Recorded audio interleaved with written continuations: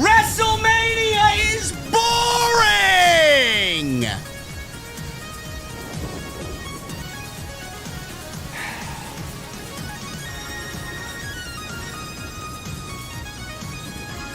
Bro.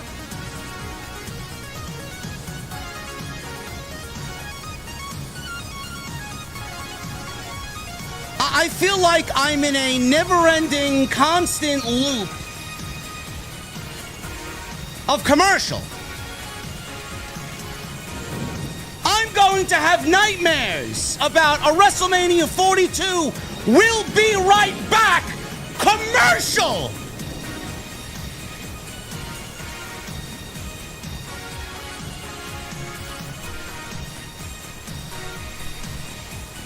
You do realize that up until the main event, we barely, and I mean barely, got 1 hour of total wrestling on a show that calls itself WrestleMania. This show sucks, chat. This show sucks. And we're going to talk about it tonight.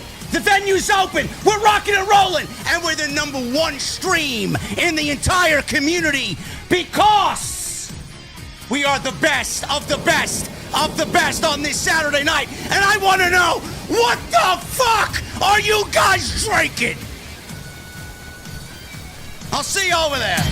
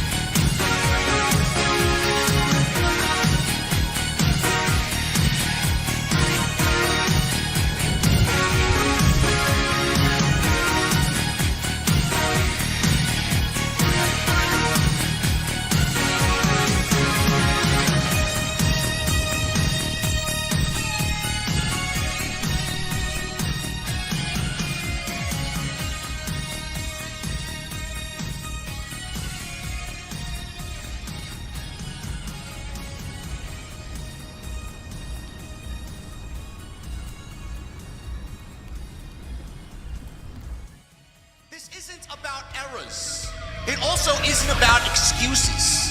WWE has failed creatively. AEW has failed fundamentally. So why did Triple H lose the plot? Why did Tony Khan abandon everything that made AEW special? Because nobody is committed to the one thing that actually matters. Long-term booking.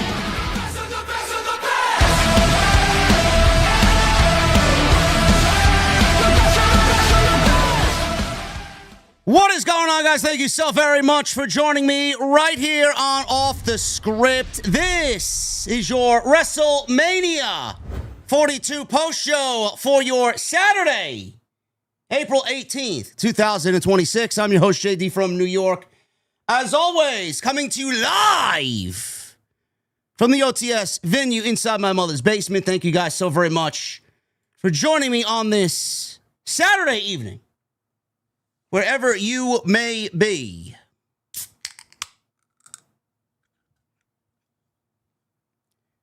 The sound of that alone was better than 3.5 hours of Commercial Mania 42, and I genuinely mean that. And I could probably end the review right there. By the way, this Liquid Death came out with a new flavor.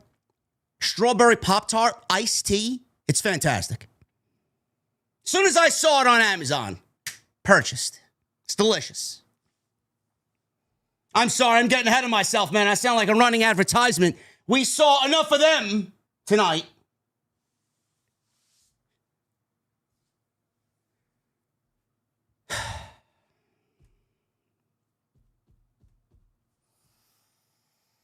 I feel like I have to turn my fan up.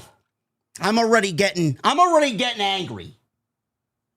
My blood pressure is already rising. I haven't even said a word yet.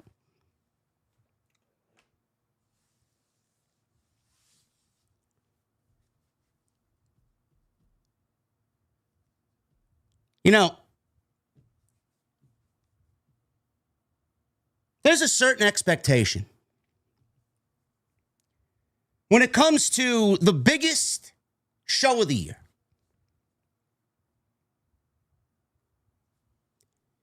You get the Super Bowl every February after a grueling 17-game season, 18 games, whatever it's currently at right now in the NFL. Wild card games, divisional games, championship games, and then you get to the Super Bowl. Or if you're in the World Series, 162 games a year. Wild card, division, championship, World Series.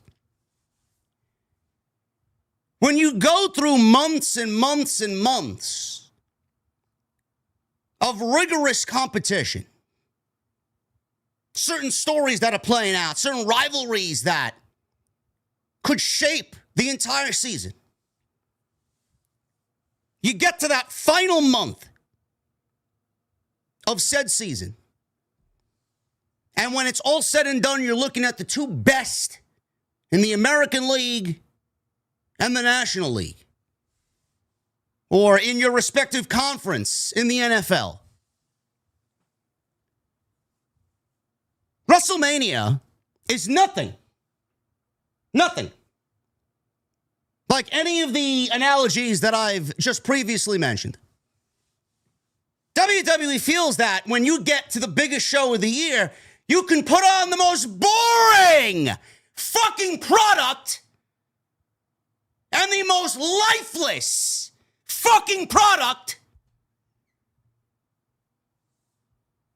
and the most soulless 3.5 hours that I had to sit through all year.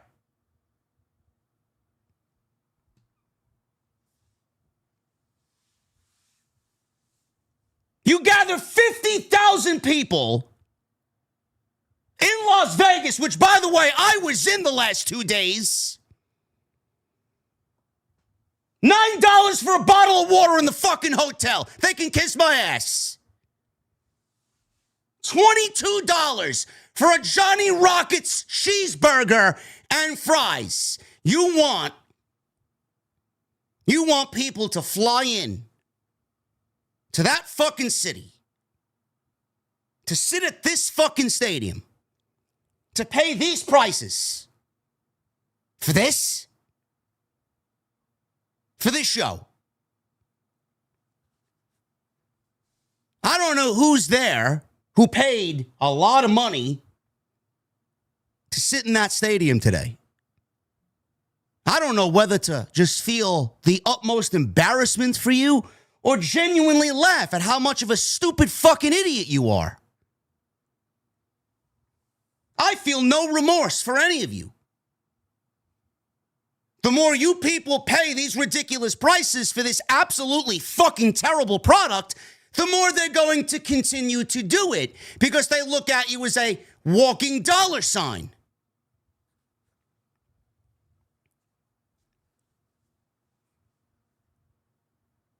WWE fills this stadium up as much as they can for the biggest show of the year, for it to be the worst show of the year. I thought this is where all of the greatest want to perform. The immortal Hulk Hogan, the Ultimate Warrior, and all of the great WrestleMania icons that you've labeled immortal. The showcase of the immortals. They're fucking rolling over in their fucking graves, watching what TKO has done to the biggest professional wrestling show of the entire year. And I already see the excuses coming on in. I see it. I hear it. Oh, well, Jake, he doesn't know how to have any fun, man. Motherfucker, you get me some whiskey and a great fucking environment, I'm as fun as a motherfucker. I'm hearing these excuses. Oh, well, they ended the Pat McAfee, and you're still bitching, JD. Why did we need him to begin with? Why did we need him to be there? Why couldn't that have happened before? Or not even happened before? You opted to fucking get rid of it and cancel the whole fucking thing the night of the show. WWE wasted your time. They wasted my time. And they ruined a main event with 20 years of history and bypassed telling a story for Pat McAfee to go out there. As long as WWE passed the 50,000 ticket mark, they don't give a fuck what they ruined.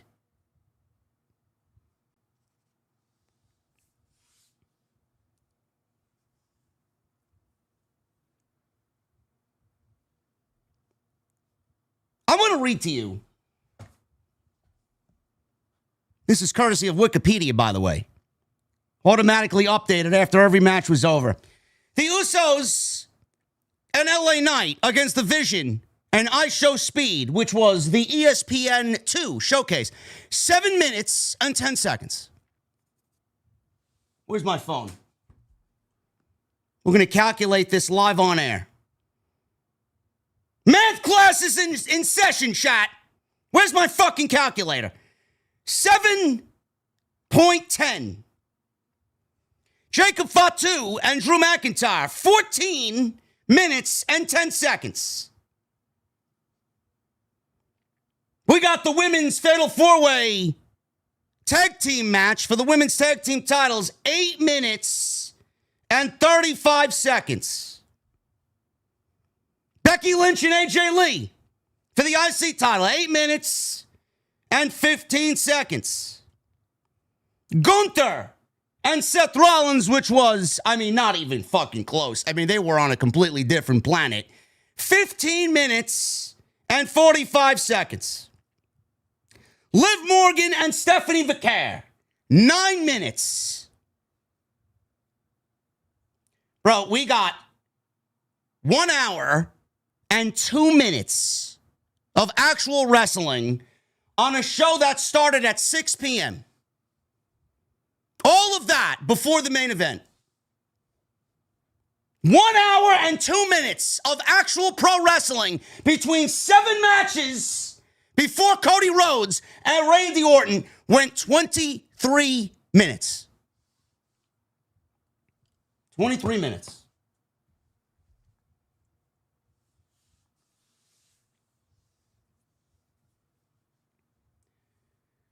What's happened to this show?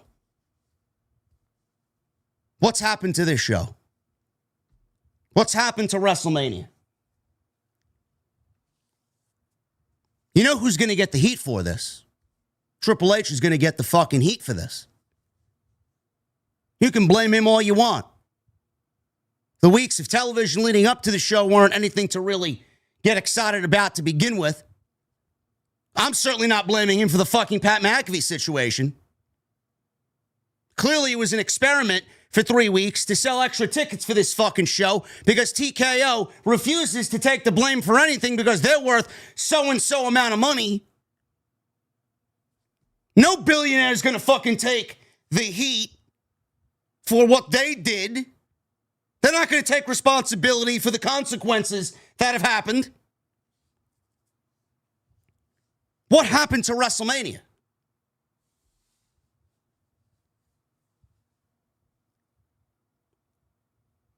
Never mind the celebrity appearances. Never mind the Pat McAfees and the Jelly Rolls, the I Show Speeds.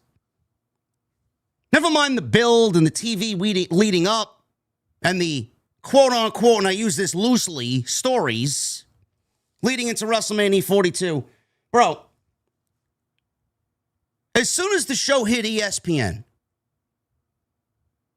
it fell off a fucking cliff. We got commercial after commercial after commercial after commercial after commercial. For all my people that were watching on a VPN on an international Netflix feed, apparently you guys got most of the Hulk Hogan documentary that was coming out on April 22nd, so you don't even need to watch the Hulk Hogan documentary because they gave it to you in between every fucking match, basically for free, before the goddamn thing fucking airs.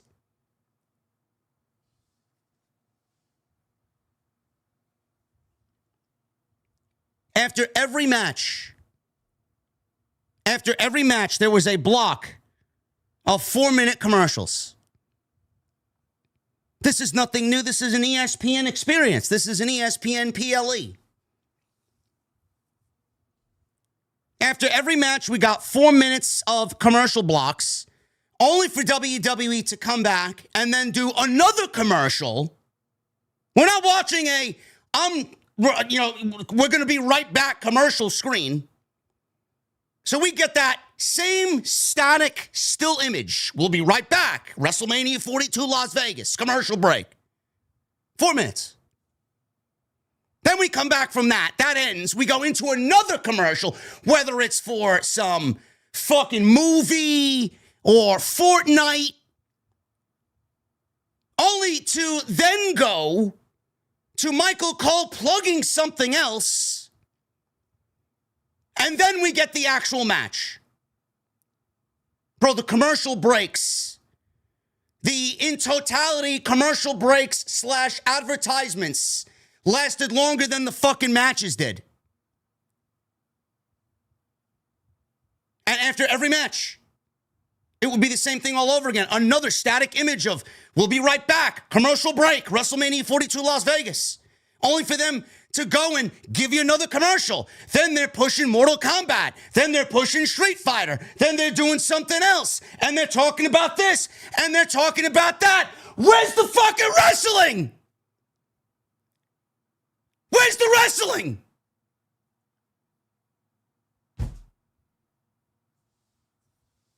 Bro, I could have gotten up during every commercial break, and I could have made everybody in this fucking chat a goddamn fucking cappuccino in the same amount of time and still have another 2 commercials left over before I sit down and resume watching the show.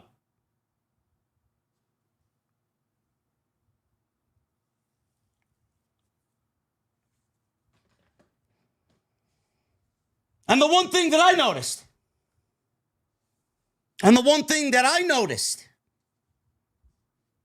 they give you that. They'd rather do that. They'd rather give you a static screen.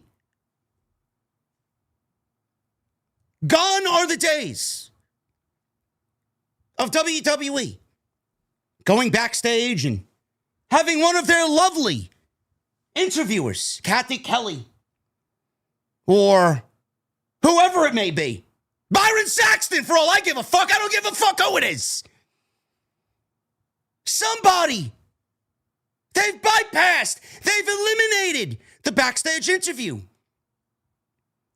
No longer do we hear about how the competitor is feeling going out there. Maybe adding a little bit of a layer to the overall story, the vibe to the overall story. Let me get Cody Rhodes' mindset going out there before he wrestles Randy Orton. Let me get something from Randy Orton and Pat McAfee. Let me get something from Seth Rollins. Maybe before or after Bron Breaker returned and speared the living shit out of him. Let me get a word with Gunther. Maybe Paige walks through the curtain. Paige, how do you feel to be back? None of it. None of it. The entire product is so fucking hollow. The entire product is so lifeless. It's unidentifiable. The entire product is not relatable anymore. They want you to relate to a fucking advertisement. I don't give a fuck about Wheatley's vodka. I don't give a shit about Dude Wipes. I don't give a shit about Street Fighter. I don't give a shit about Fortnite. I want wrestling. It's WrestleMania. It's not advertisement mania or commercial mania. WrestleMania. Where did that go? Where did it go?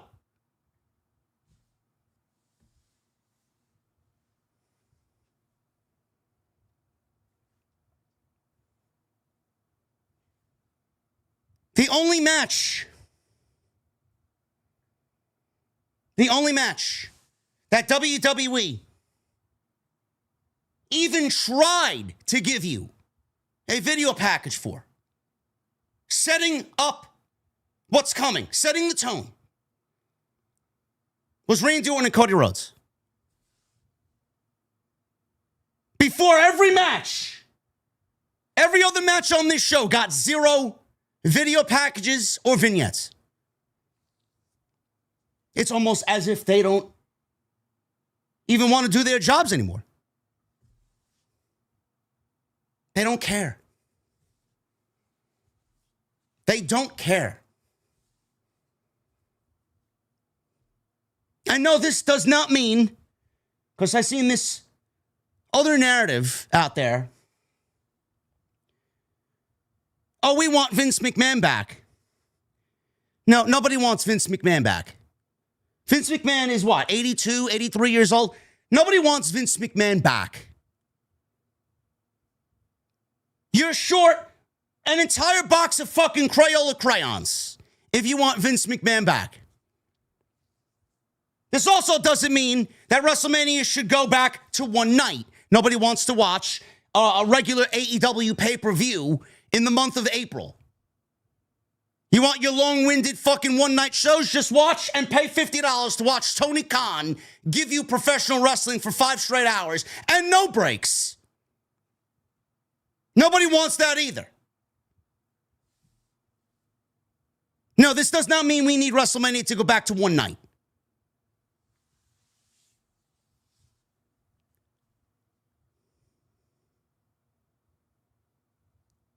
The entire WrestleMania concept is shot. The crowd was dead for half the show. They were still missing seats well below expectations compared to last year.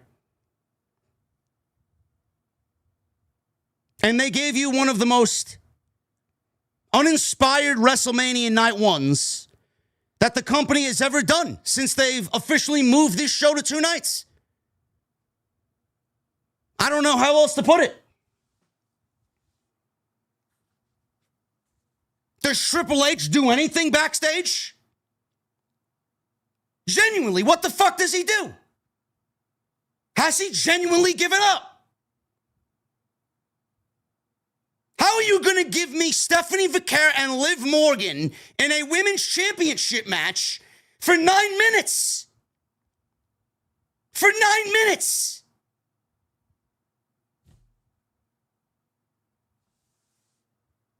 It may have even went shorter than that. I may actually be generous in the 9 minutes. It felt like 5. Genuinely, what does he do backstage? How do you look at some of these matches and say, 6 minutes, 8 minutes, 7 minutes? Bro, we've had to sit through Monday Night Raw where nothing goes over 9 minutes. You get thrusted into a 3-minute fucking commercial block and you come back and you get actual wrestling for 6 minutes. 5 minutes, 6 minutes. They love to 6-minute you to death on Monday night. I don't remember the last time a Monday Night Raw match went over fucking 15 minutes. I really don't. Triple H, this is what people are not going to remember. Remember when Triple H really took over for the first time? I'm talking a couple SummerSlams ago. We got We got Io Sky, and we got Dakota Kai and Bayley officially showing up as Damage Control. Remember that? That first Monday Night Raw after that SummerSlam, I don't know what it was. I don't know who was on that show. Bro, every match went 15 to 20 minutes on Monday night. Again, a little bit too much. You got to break up the monotony of pro wrestling and give me a promo or a vignette or an interview. Bro, the shows don't even look like they did 2 years ago. What does he actually do there? Has he thrown his hands up in the air and say, you know what? Yeah, that's good enough. I don't give a fuck. My job is in jeopardy anyway, and they're trying to force me out, and they're trying to blame me for this and that and this and that. I don't give a fuck. If they want to fire me, go fire me. I'm in the Hall of Fame. My wife's in the Hall of Fame. I don't give a fuck. My father-in-law ain't here anymore. I don't give a shit. Fire me. It's almost as if he wants to be fired.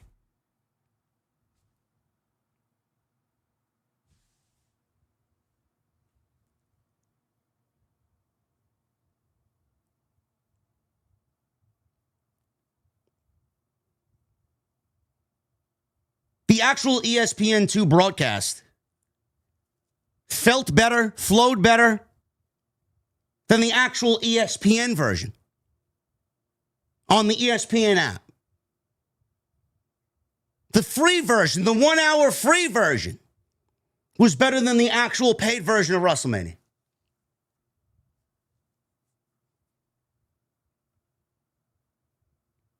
I don't know where we've gone. I don't know why it's gotten as bad as it's gotten. And the more people complain, and the more people voice their frustrations, the more WWE laughs. This is the same company that took Pat McAfee, injected him into the Randy Orton and Cody Rhodes WWE Championship match.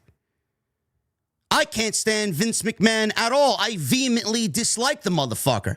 But what I do know is Vince McMahon would never let his WWE Championship match get ruined in the manner that Ari Emanuel has done it now 3 different fucking times.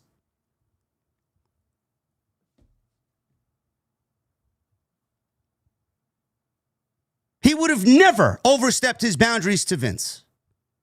But he did that to Triple H.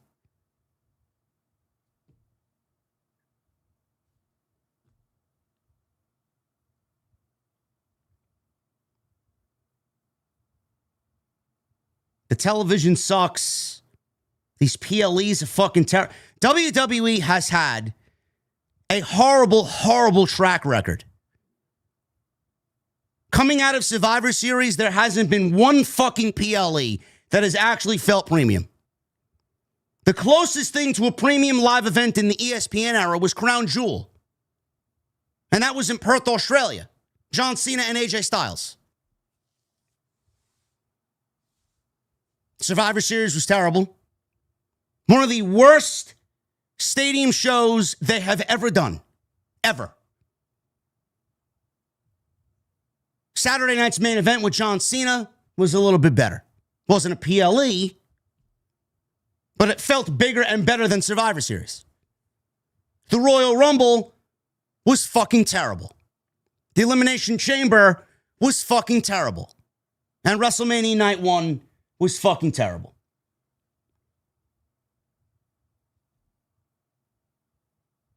Maybe WWE does not need to go back to Las Vegas ever again. The entire city has been cursed. From last night's SmackDown to last year's WrestleMania to WrestleMania 9 at Caesar's Palace. Cursed. I officially deem that this night, WrestleMania 42 Night 1, worse than last year's Night 1.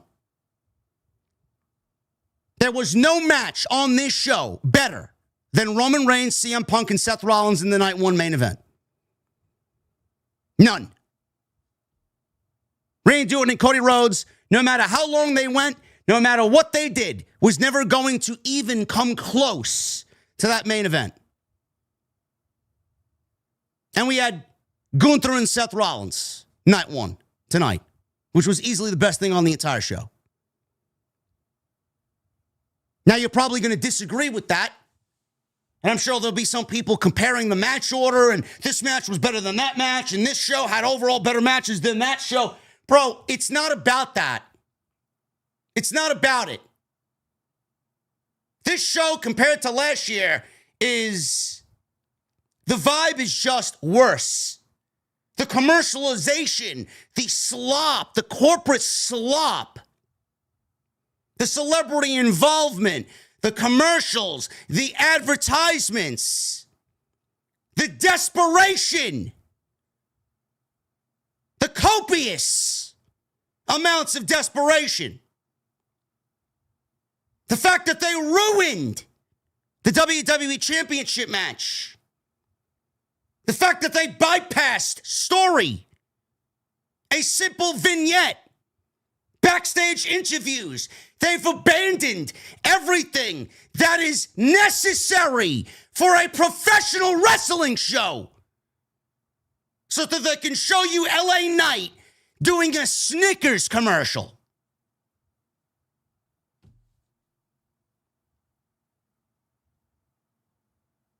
You thought last year's was bad. This year was worse. This year was so much worse.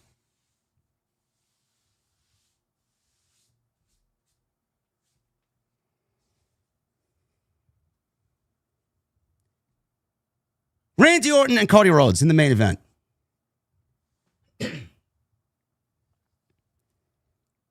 Randy Orton and Cody Rhodes in the main event. Pat McAfee.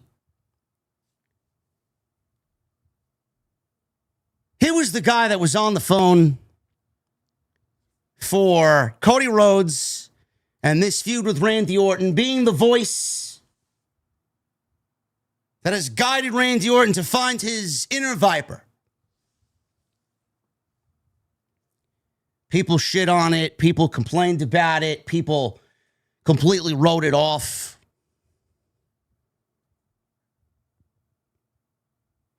This show sucks. Its champions suck. WrestleMania sucks.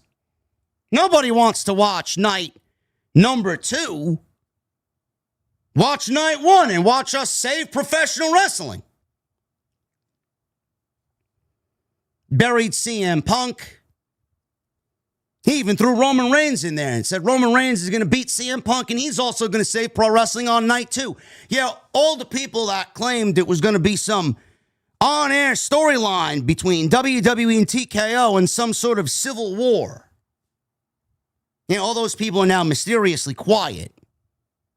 After we already told you that there is a civil war taking place, it's just not going to be in front of your eyes. It's not going to be on your television screens.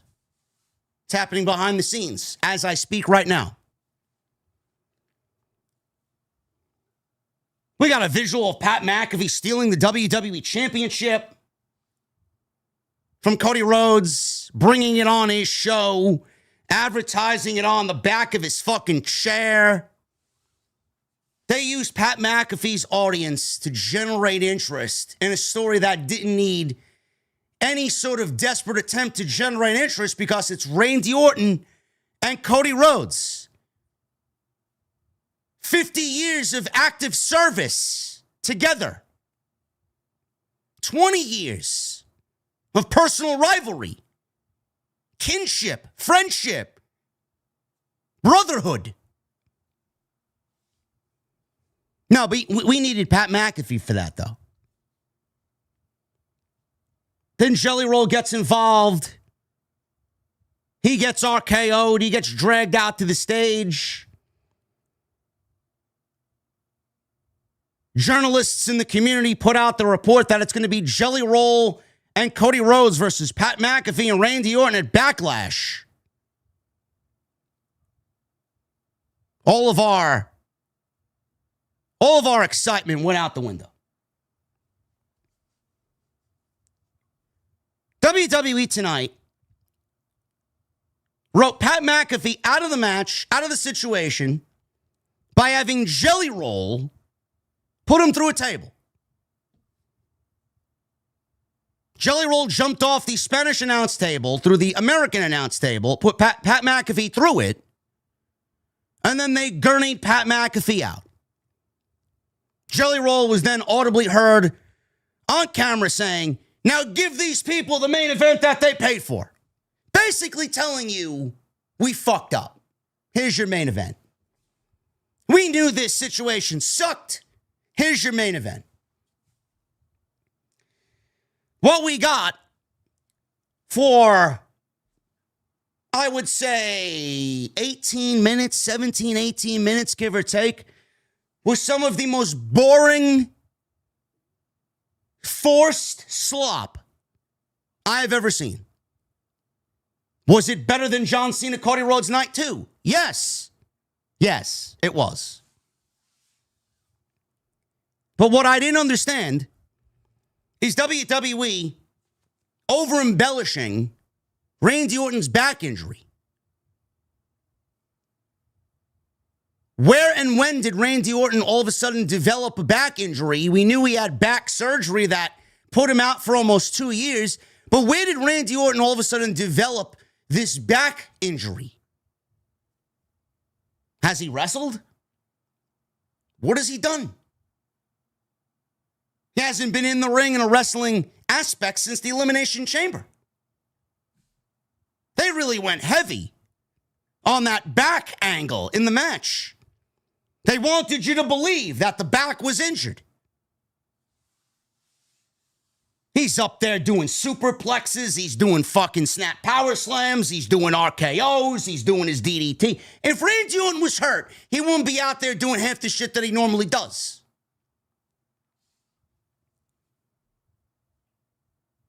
Both guys are bleeding. Randy Orton gets poked in the eye. He RKOs Little Nate, Charles Robinson, thinking that it was Cody Rhodes. Referee goes down. Pat McAfee shows up wearing a neck brace and a referee shirt. He gets in the ring. Orton RKOs Cody Rhodes. He makes the 3 count. And Cody kicks out at a 2.5. Pat McAfee's in there now. He's cheering Randy Orton on. Looks like Orton's going to win number 15. Orton, all of a sudden, he RKOs Pat McAfee. Lays him out. Cody Rhodes catches Orton sleeping for just a second. Crossroads. 1, 2, 3, the match is over. Orton, at the end of the match, takes the WWE Championship, smashes Cody in the face with it, and delivers a punt kick. What exactly are we doing? Where are we going? You wasted 3 weeks of our television time. You absolutely slaughtered beyond repair Cody Rhodes and Randy Orton for this night, for this spot, for this main event, for this match. To go out the last 3 weeks and tell me CM Punk sucks, WrestleMania sucks, SmackDown sucks, Cody Rhodes sucks. We got to save WWE from the guy who saved us from John Cena, who wanted to kill pro wrestling last year. Cody Rhodes, mind you, who is the embodiment of professional wrestling. You did all this. Pat McAfee going out on SmackDown claiming WrestleMania is not sold out. Please, please, please come to WrestleMania. But don't go to night 2 because that show sucks. Come to night 1. Watch us save professional wrestling. I don't believe WrestleMania is not sold out yet. How could you? We got to save it from Cody Rhodes. So I called up Dodge Ram and I had them drop the price by 25%. They were giving tickets away. They were legitimately giving tickets away just to fill the fucking place up for tonight. You did all that for Randy Orton to RKO Pat McAfee. Basically telling us this shit sucks. Is anybody there going to tell Ari Emanuel that his vision, his idea, his concept, his involvement is never again needed? It's never again going to be wanted. Ever. You are a businessman. Worry about your business. Stay away from the on-air product. If you let the people who run the fucking company deliver the on-air product that we need, the people will show up and gladly spend the money you want them to spend.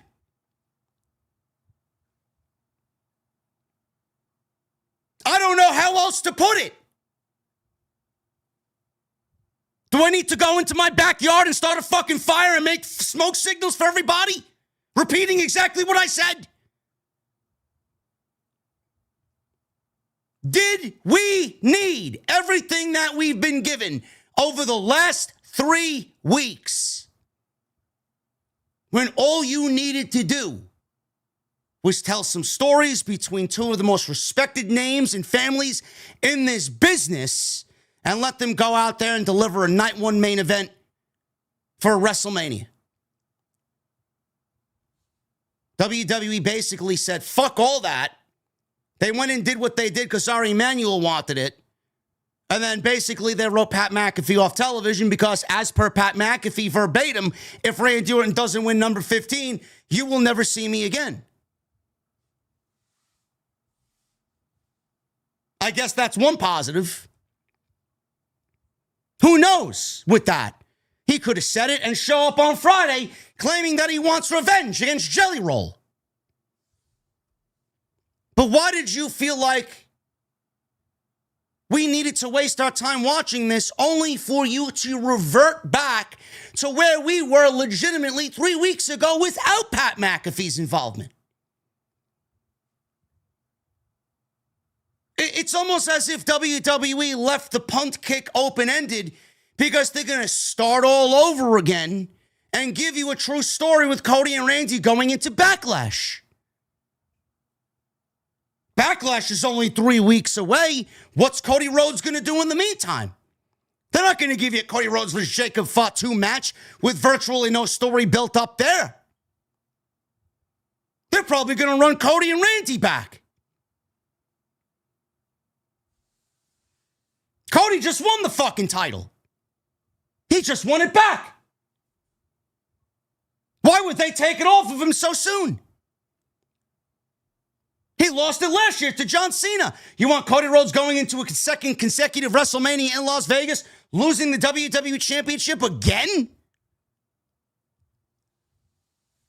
What a terrible look that would be for your QB1.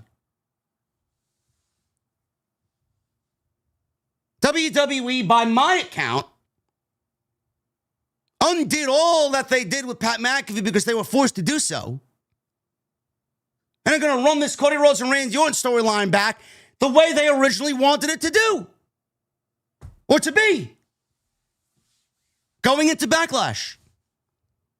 And Randy will probably win number 15 there.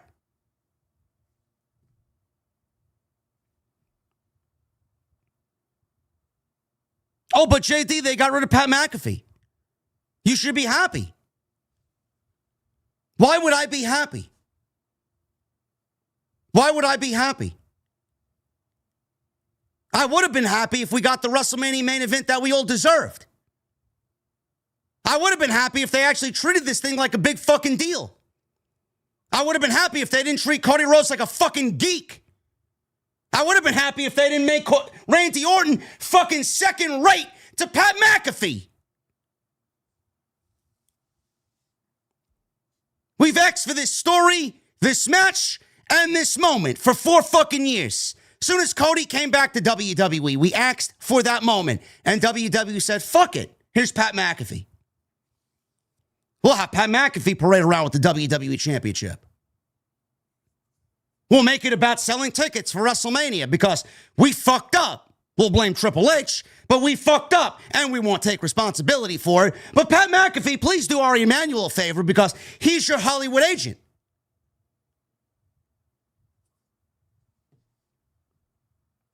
No, I'm not happy. You've been given slop. You've been given terrible television. You've wasted your life watching something that was so offensively bad. And we're now supposed to be happy because WWE undid all that and said, yeah, you guys were right, but there's nothing that we can do about it.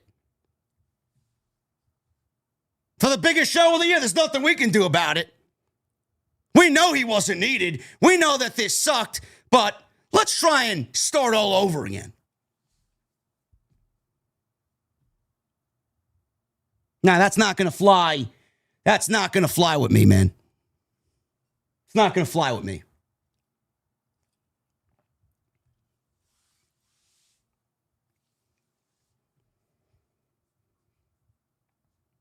WrestleMania is the most soulless, uninspired, corporate slop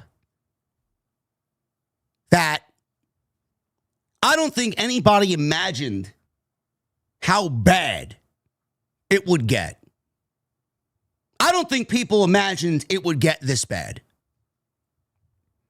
This is like nightmarishly bad. And I don't give a fuck what Ari Emanuel or TKO or Endeavor does with UFC. I don't watch UFC. I don't care about UFC. I don't.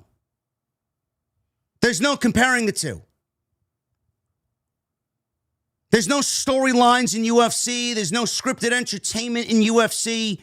This is WWE where your decisions and your active involvement can absolutely ruin the biggest show of the year, which has been showcased by what Ari Emanuel did. Because he's the guy that signs the checks. He's the guy worth the money. He's the guy who owns 51% of the company, and he thinks he can do whatever the fuck he wants.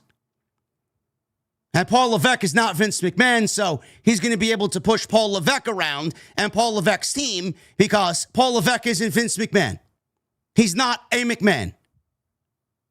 He married into the McMahon family. To them, he's an outsider.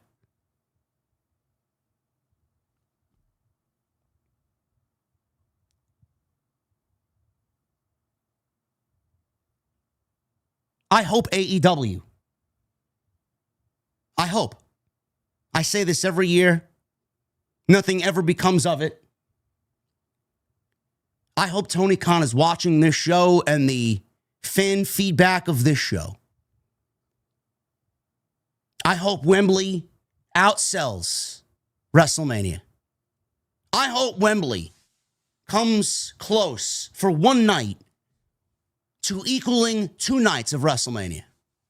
I genuinely hope. I genuinely pray. I hope Tony Khan puts together the most top to bottom stacked fucking card he could possibly put together for an all-in show.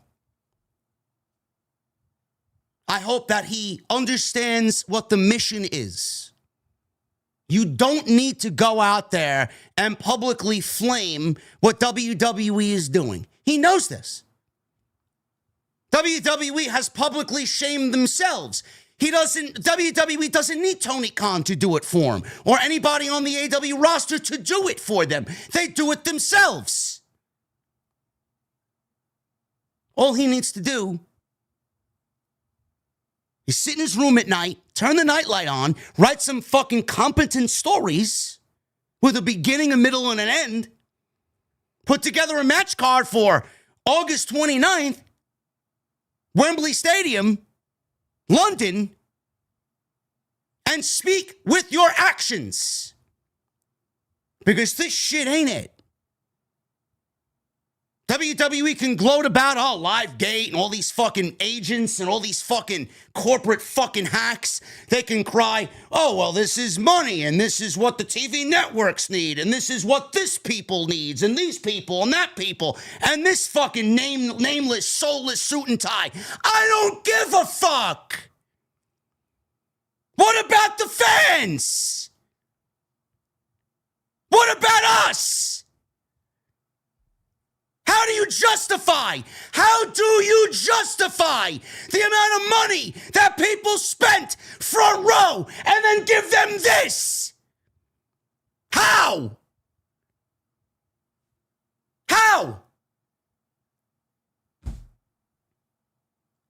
It doesn't compute.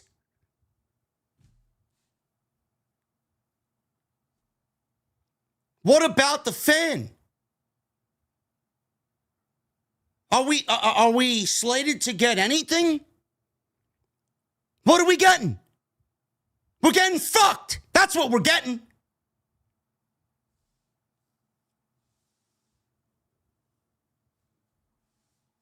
If you aren't on your fucking podcast or your YouTube channel or whatever platform that you're currently on and you ain't shitting on this fucking show, you are the absolute most brain dead fuck that has purchased a fucking microphone in the history of fucking platforms and microphones and podcasting and content creation. This shit sucks.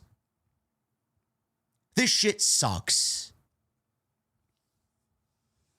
I was a part of a House of Glory show that sold out the fucking Globe Theater at the Palms Casino on Thursday night. You got 3 hours of that, and that was better than what you got here. And I mean that, not because I work for House of Glory, not because I'm on the commentary team with Jason, but I swear to God, I mean that with every fiber of my fucking being. People paid money, people got what they paid for, and people enjoyed themselves.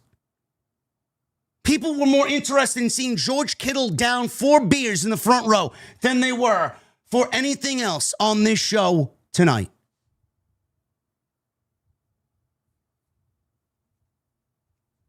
Fuck Nick Khan. Fuck Triple H. Triple H is he's an absolute fucking clown. He's a clown. The guy's getting fucked. And he's just sitting there smiling as we all fucking complain and bitch and moan about his terrible product. And he gets the blame for most of it. Fuck Nick Khan, fuck Ari Emanuel, fuck Mark Shapiro, fuck Triple H, fuck Michael Hayes, fuck Bruce Pritchard, fuck everybody that had a hand in making this fucking show. This shit sucks. Sucks. You want the old JD back? Here's the fucking old JD. This shit fucking sucks. We sat through some fucking absolutely offensive television. As long as I've been doing this. You're getting dangerously close to the fucking levels, the human sub-levels of fucking filth that WWE gave us in 2018, 2019, and worse yet, the fucking Thunderdome.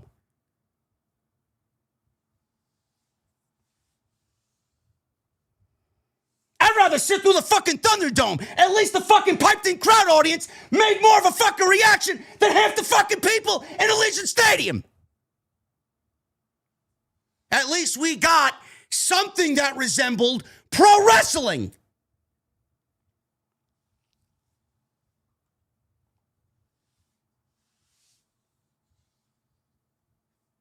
If I want a 5-minute quickie, I'll go down to the fucking local Irish pub and order myself a shot of fucking whiskey.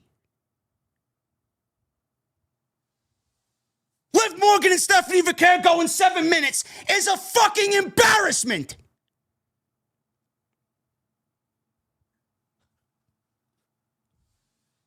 AJ Lee, first WrestleMania in 11 years, 8 minutes. Embarrassment.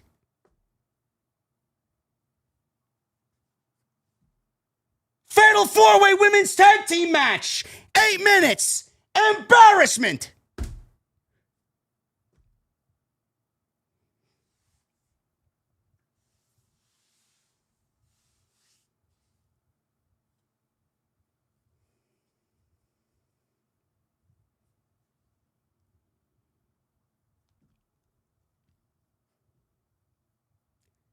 There was some good on this show. There was some good on this show. It was very, very difficult to find It's like looking for a needle in a haystack, but we got it. We'll talk about what that is. And as far as I'm concerned, there is, I'm not even sure I should be saying this, because I really can't tell anymore. I can't tell anymore. You would think that night 2 is going to be a slam dunk, seeing how awful night 1 was. I don't even know anymore. But by my account, looking at what we got tomorrow, there's no way night 2 is going to fuck up this badly compared to night 1. At least we got the ladder match, and we got Oba and Brock, and we got Punk and Roman. Just by that alone, we should be good to go.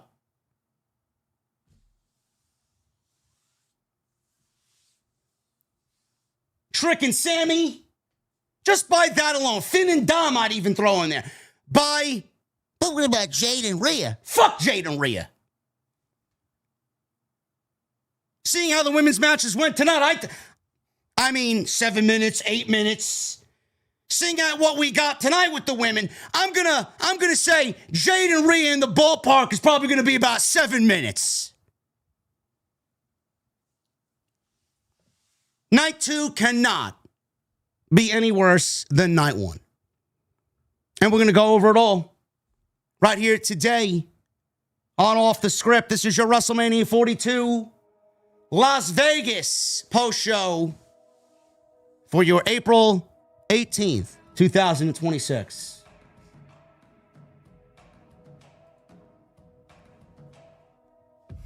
We got 8,800 people in here.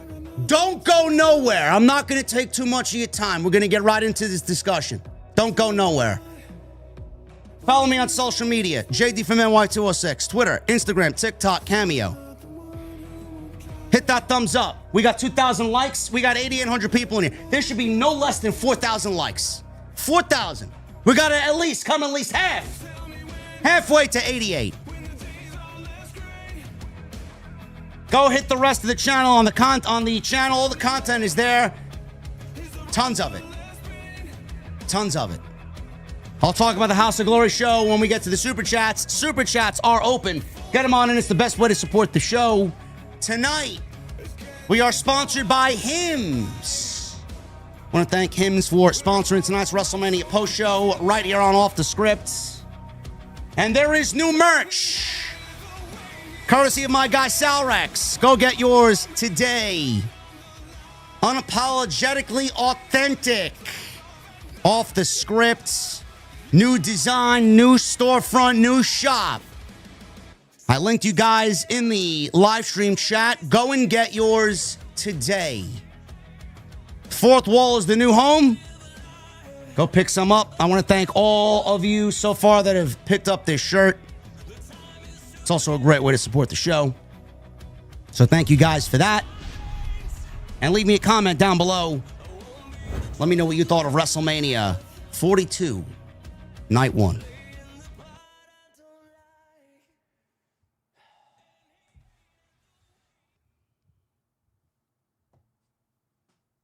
You know, man, I don't want to come on here and rant. I really don't.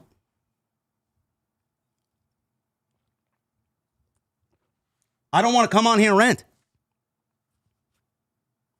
I have no choice. They leave you with no other choice.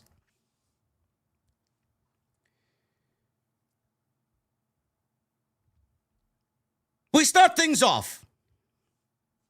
We got John Cena. John Cena opens the show. John Cena did say before he retired that after he retires, you're never going to see him in jorts ever again. John Cena remained true to his word. He came out dressed as the host of hosts. Nice baby blue pinstripe suit, looking dapper as John Cena. He looked very emotional being out there in front of everybody. He talked about the chaotic and unpredictable and polarizing nature of WrestleMania this year and the road to WrestleMania. He shouted out Michael Cole using the phrase polarizing.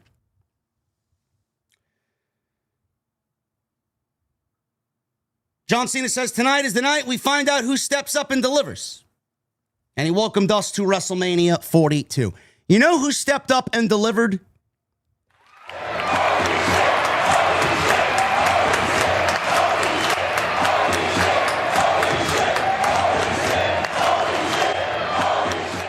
Yo, boy, Pete, with a $100 super chat. This is his second, I believe. This is his second $100 super chat. Let me go. Yep. Holy fucking shit. Sesame Street Levesque strikes again. WrestleMania. More like Commercial Mania. JD, you're not even live yet. But I can tell you this stream will be the highlight of the night. This shit is boring. I had to come back for another super chat because I need someone to fucking explain to me what the point of Pat was for the last few weeks just for him to eat an RKO and supposedly now he's gone forever. Again, fucking boring. Pete, you got to get another round of applause, bro.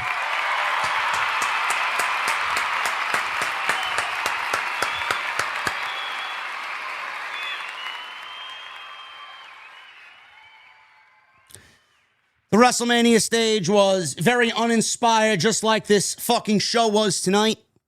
I had people complaining about me complaining about the stage and the vibe and the look of the stage. Now, I will say that with the aesthetics and the lighting and the entrances, it didn't look as bad as when they first revealed it yesterday.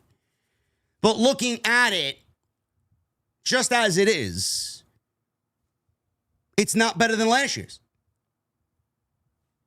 I would have just ran back last year's fucking set. I thought last year's set looked great. I mean, it can't be any worse than the fucking show you gave us. As uninspired as the actual road to WrestleMania. But then you got people, oh, well,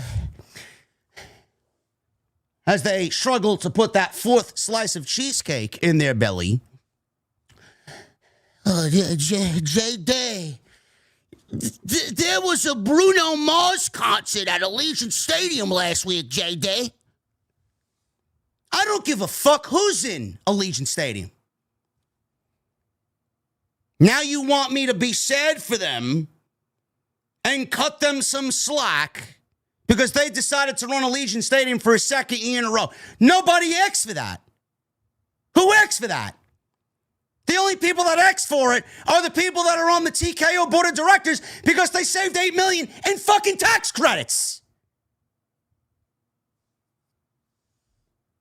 You can ask 100 out of 100 people, New Orleans or Las Vegas, every single fucking one of them would have said New Orleans.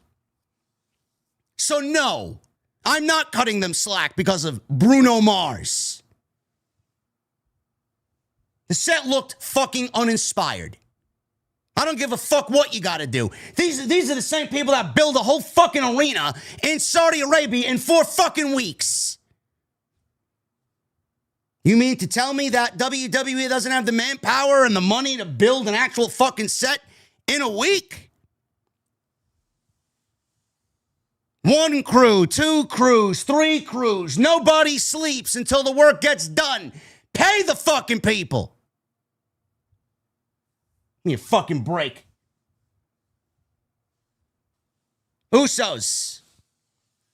This was ESPN2 slop. Usos in LA Knight against the Vision and I Show Speed in a 6-man tag team match. Usos have new theme music again. Not new theme music per se, but first it was It's Me Us, then it's Us Us, and now it's Me and You Us. They keep changing the theme. 1 week, Jey Uso is just Jey Uso. 1 week, Jimmy Uso is just Jimmy Uso. Then they're the Usos. They don't know if it's me Us, us Us, you Us, me Us. I don't know who's Us. Who's Us? Who? Stick to one thing and don't change it. His theme music works no matter what it is.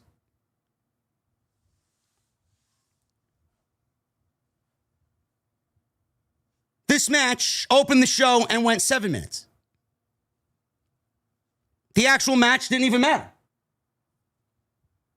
The actual match didn't even fucking matter. It was all about the social media impressions and the viral nature of what happened at the end of the match that WWE wanted. They got what they wanted. Nick Khan, who can go out on every platform and say, well, I don't read social media. I never really read social media, and I don't begin to read social media. Social media doesn't dictate how we run our business. Meanwhile, I'm sure Nick Khan's got like fucking 12 different burners, and he's looking at everything about how this show sucks. He's probably watching this fucking stream right now. We got 9,000 fucking people in here. This show sucks. Con men.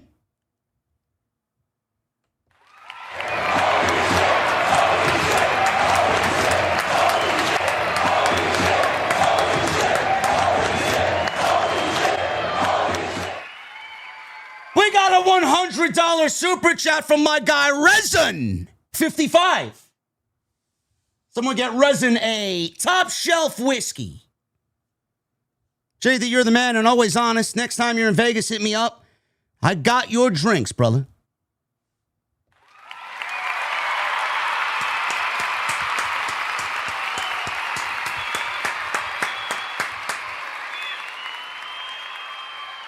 Resin, I could have used you on fucking Thursday, bro. I went down to the bar at Luxor, because that's where I stayed. $22 for a fucking gin and tonic, bro. Single. Wasn't even a double. He tried to upsell me on the double. $4 extra for a double. Motherfucker, no. No. On what planet? On what planet? $22 for a gin and tonic. I could go to the fucking liquor store in town and spend $33 on some gunpowder Irish gin. I could make me fucking 50 gin and tonics. What, are they out of their fucking mind? Resin. Thank you very much, brother.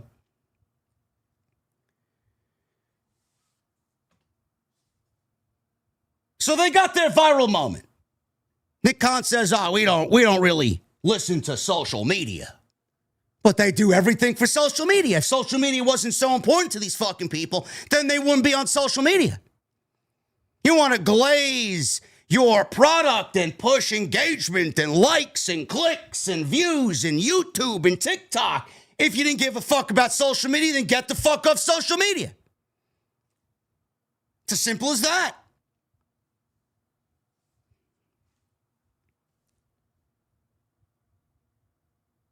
IShowSpeed was the best thing in this match. Not like he did anything too crazy, but it was the most entertaining aspect of the match. So, I'll pick it up, middle of the ring here. We got Jay in there with Logan Paul. He whips Logan Paul, middle of the ring. Double elbow by the Usos. Knock Logan Paul down. They do a double elbow drop. Jimmy hits a knife-edge chop. He whips Logan Paul across the ring. Logan Paul's holding on to the ropes. He kicks Jimmy in the face. Theory makes a blind tag in. Jimmy then dumps Paul out of the ring. Theory, he does his roll-through drop kick. He then rains down some big shots in the corner. Logan Paul tags back in. Double vertical suplex to Jimmy. So Jimmy is getting beat up here. So he needs to make a tag.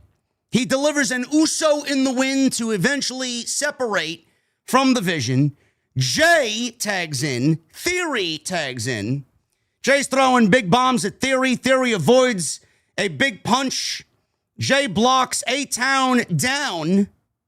A-Clown down by Theory.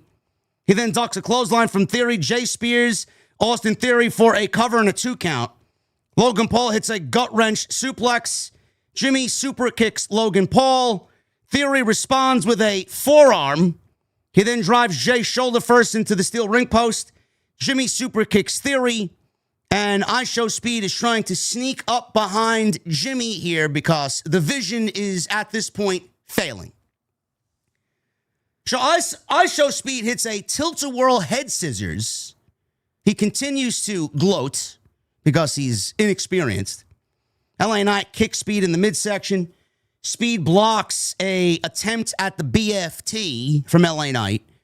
Speed shoves LA Knight into Logan Paul. Theory starts yelling at Speed for what he just did. Theory with big shots. He then tells Speed to hit the ropes. Knight shoves Theory into Speed. Knight connects with the BFT. And that's the way the baby faces, LA Knight and the Usos, win the match. 1, 2, 3 off the BFT. After the match, Logan Paul all of a sudden starts blaming IShowSpeed for the Vision's loss. So Logan Paul punches Speed with his titanium right hand. Logan Paul says that Speed had one job, and he failed. He dumped IShowSpeed from the ring. Logan Paul then starts clearing off the American announce table, knocks everything off, removes the cover, places Speed on the announce desk.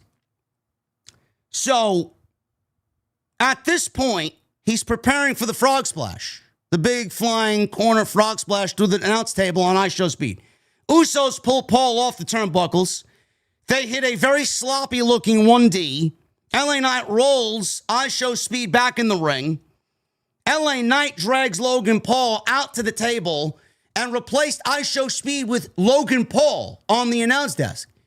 The babyfaces now are telling IShowSpeed, go make your moment, go up top, do what you got to do, and put Logan Paul through the table. This was the best part of the match. This was one of the highlights of the entire night, if we're being honest with each other. IShowSpeed jumped off the steel post, because those steel posts, those big, thick steel posts, he's standing on top of the little platform on the steel post, jumps up and delivers a beautiful flying frog splash, puts Logan Paul through the table, and IShowSpeed and WWE got their ESPN viral moments, social media engagement through the roof. They got what they want. They got what they asked for. And it actually came off very well. He didn't look out of place in there. The Vision, though, is a joke. They are completely dead. Bron Breaker and Bronson Reed, I mean, they got to get as far away from that shit as possible. When Reed comes back, he's got to get as far away from this shit as possible. This group is dead. Dead. We're going to move on to Rollins and Breaker, and hopefully Rollins finishes the job and just ends the group. But this group is dead. Keep it with Theory and keep it with Logan Paul. Let them run as a tag team or whatever they got to do. But this was innocent enough.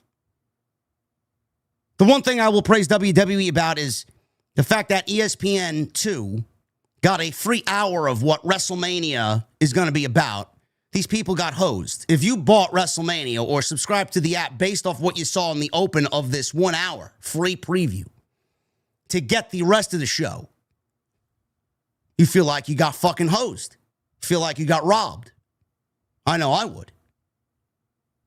But the vision that WWE had is let's give them something to talk about and get excited about and wow them with so that they may be inclined to buy the show if they aren't already subscribed to the network.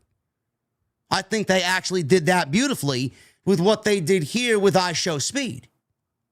It was innocent enough and it was a great spot. And good for IShowSpeed. I'm going to shout him out. We all wish to achieve that type of popularity and that type of fucking live stream audience that he's cultivated. I mean, I think he's a government plant, but that's just me. Nobody accumulates that amount of audience and that amount of success without giving something in return. Let that sit with just that. But I got to give him some credit. Not an active pro wrestler. The only time he's been in the ring was, his first time actually, was with Bron Breaker at the Royal Rumble last year. He got speared in fucking half. He's made some appearances here and there. He's gotten involved in the Vision and the Usos situations lately. He's been training. For him to do that type of spot with absolutely no in-ring experience shows you, A, he's got fucking balls, and B, he's a fucking talented, athletic guy. So good for him. I thought what they tried to do, it worked. It worked. And it was innocent enough. But the match meant nothing. The spot meant everything. They showed George Kittle, Jamar Gibbs, Tyrese Halliburton, and Stephen A. Smith, who apparently is not liked. Why isn't Stephen A. Smith liked, chat, on ESPN? Is he a little too honest? Does he complain about things that doesn't need complaining about? Do people not like his shtick? He got booed. George Kittle, he loves his beer. I don't know what type of beer he was drinking, but I can imagine it didn't cost less than $30. Not like he's going to go broke buying a beer at Allegiant Stadium, but they showed him drinking alcohol on screen, making Michael Cole and Wade Barrett very jealous. He's fake. He's performative. Oh. And some of the fake reactors think I'm performative.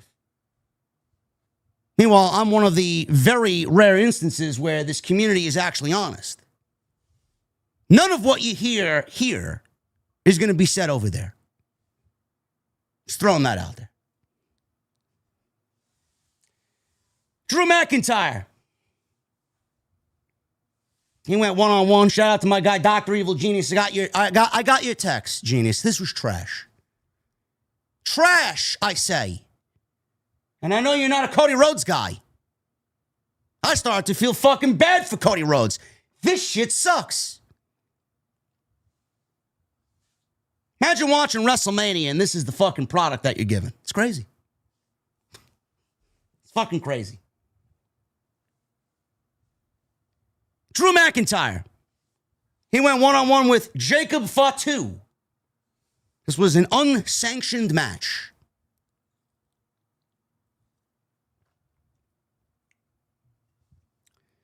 You know,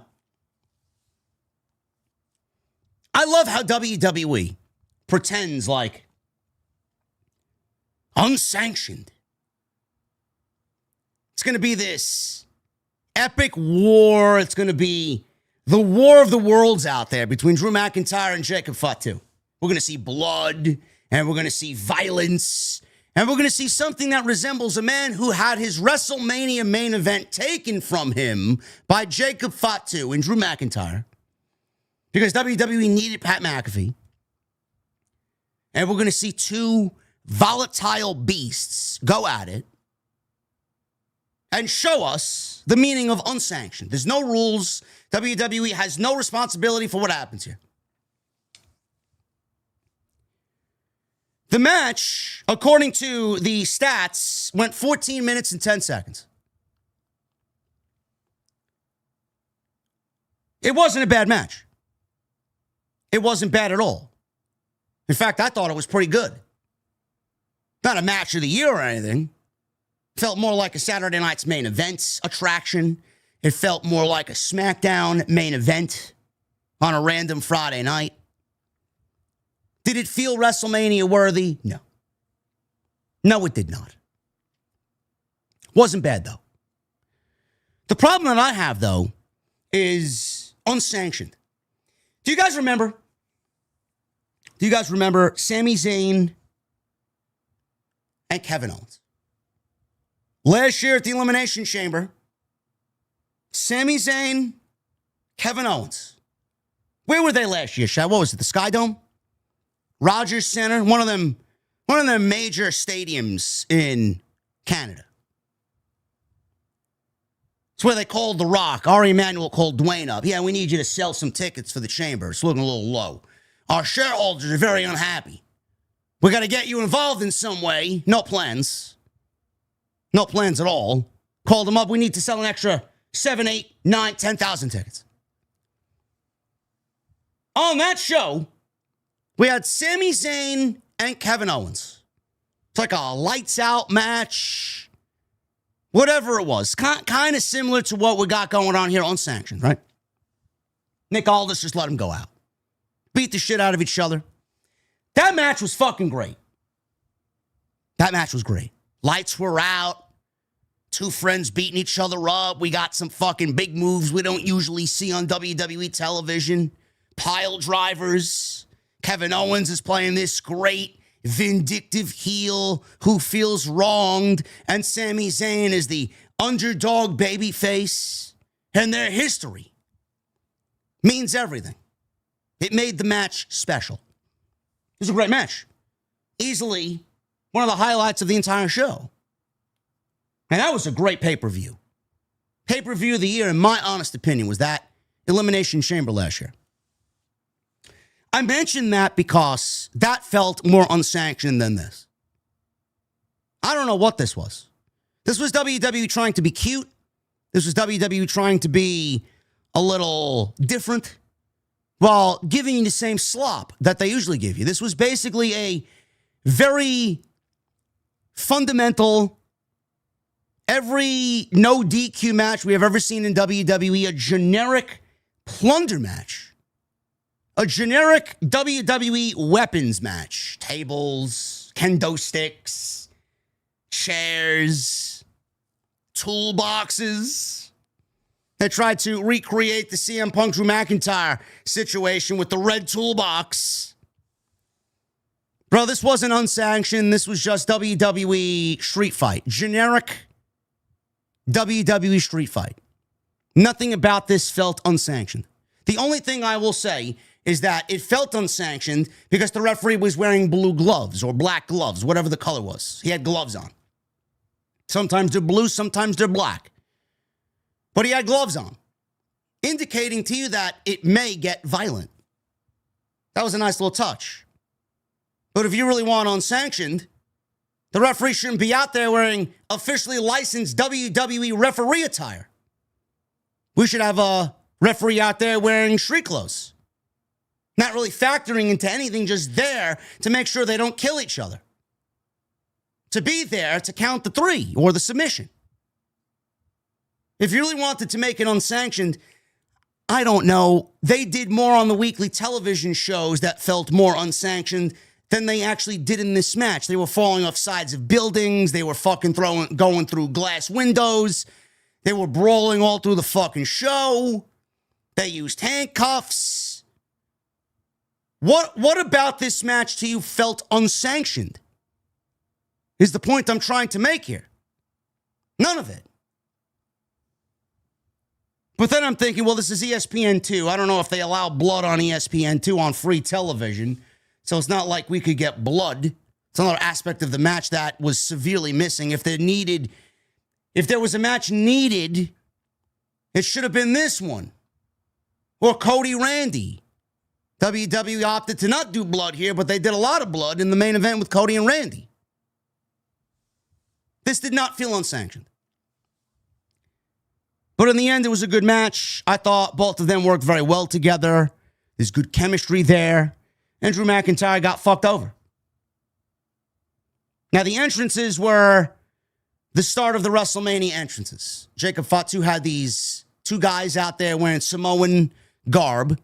And they were twirling batons of fire. And they lit the ground on fire. And he walked right in the middle of these guys with fire on the ground. He had a wolf mask on his back because he's the Samoan werewolf. And he came out. He looked good. Love Jacob Fatu. He's fucking great. Drew McIntyre comes on out. His entrance was this wall that was up in the entranceway. And you start seeing some sparks come out of the door, and then the door is kicked open, signifying that he has his sword, and he cut a slab of the wall and entered through the slab that he just cut. He had his sword with him, the Scottish warrior.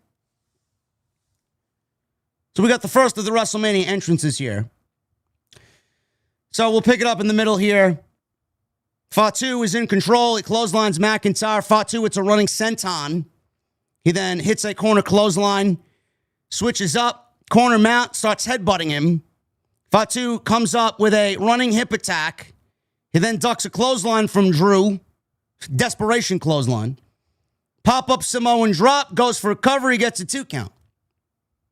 So Fatu, he grabs a steel chair. Now, I have to mention this. Before all of this happened, McIntyre, he attacks Fatu with his brother's cell phone.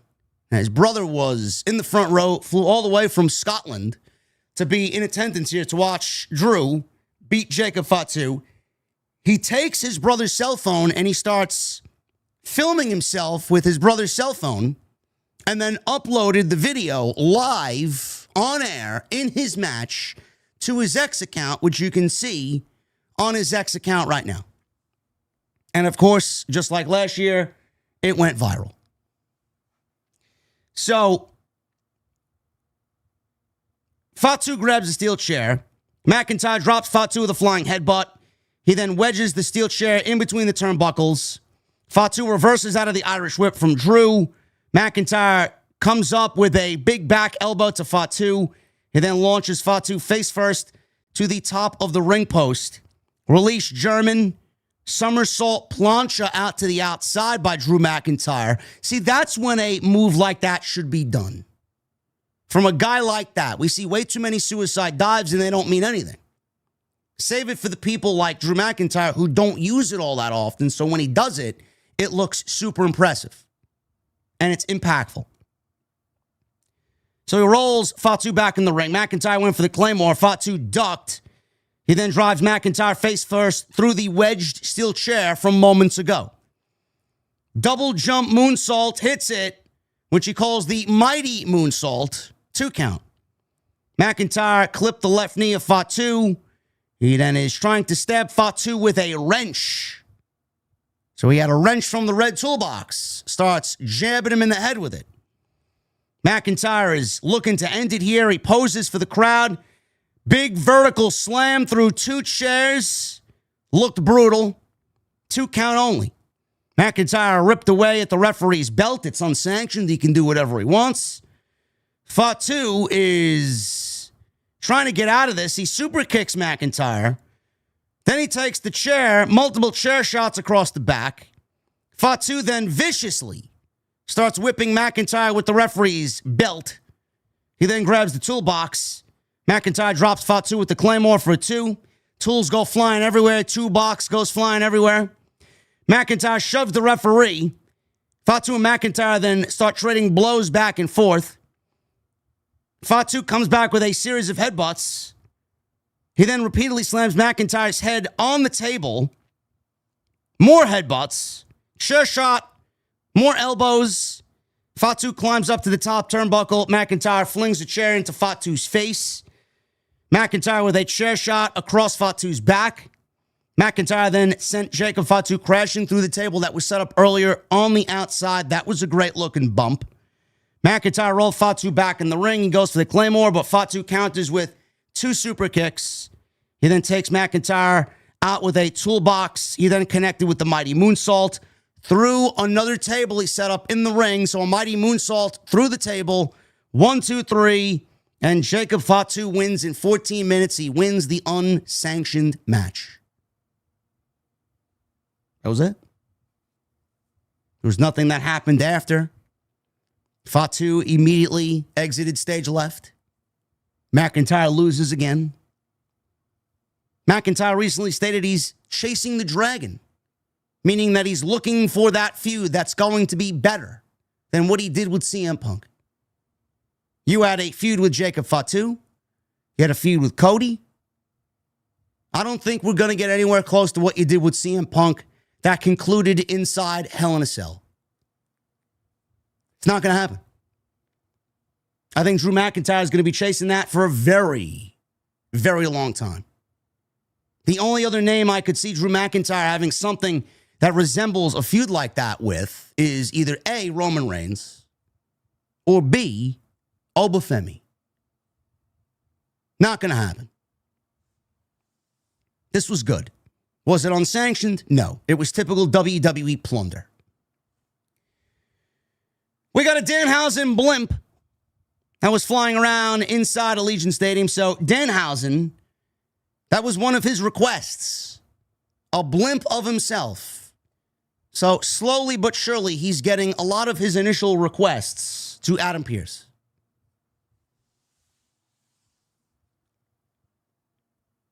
Third match here.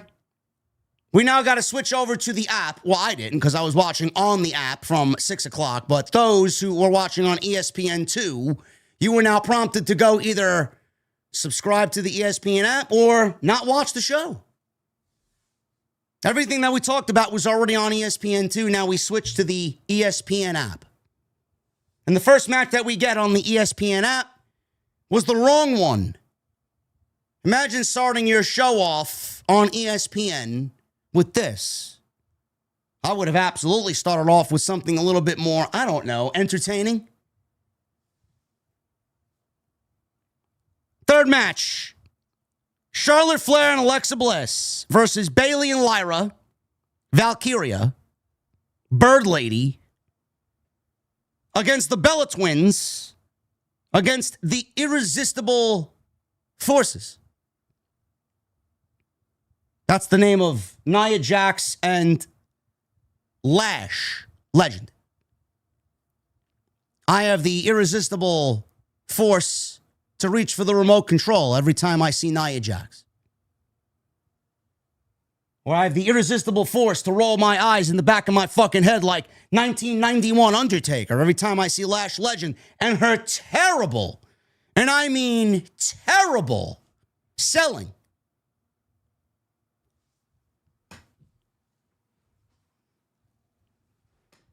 She's awful. She's awful. I don't know who's worse, Lash Legend or Jade Cargill.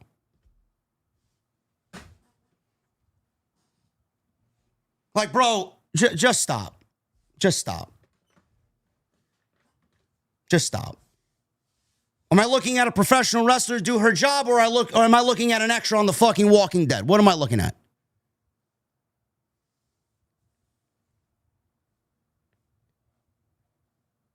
Nikki Bella. Nikki Bella was at the Hall of Fame last night. I watched all of the Hall of Fame. Nikki Bella's out there. She says, "Oh, I'll be ready. I'm ready to go." She's in a walking boot, says she's ready to go. Says the Bellas are going to be in action at WrestleMania. There were rumors. Literally, yesterday morning, news broke. WWE signs Saraya, a.k.a. Paige, back to WWE. Yes, that Paige. Yes, that Paige. Yes. Everybody was like, well, there's Nikki Bella's replacement. And I said, yes, chat, that Paige. Brad Maddox's Paige. Yes. Yes, that one. Neither here or there. We won't go back and have revisionist history. We won't do that. Paige. This is going to be Brie Bella's new partner. I said, well, that doesn't make any sense. Why would they do that? If they win the titles, it doesn't make any sense. Nikki Bella's out there. She had to inform everybody. She couldn't even speak because she was so emotional. I genuinely feel bad for her.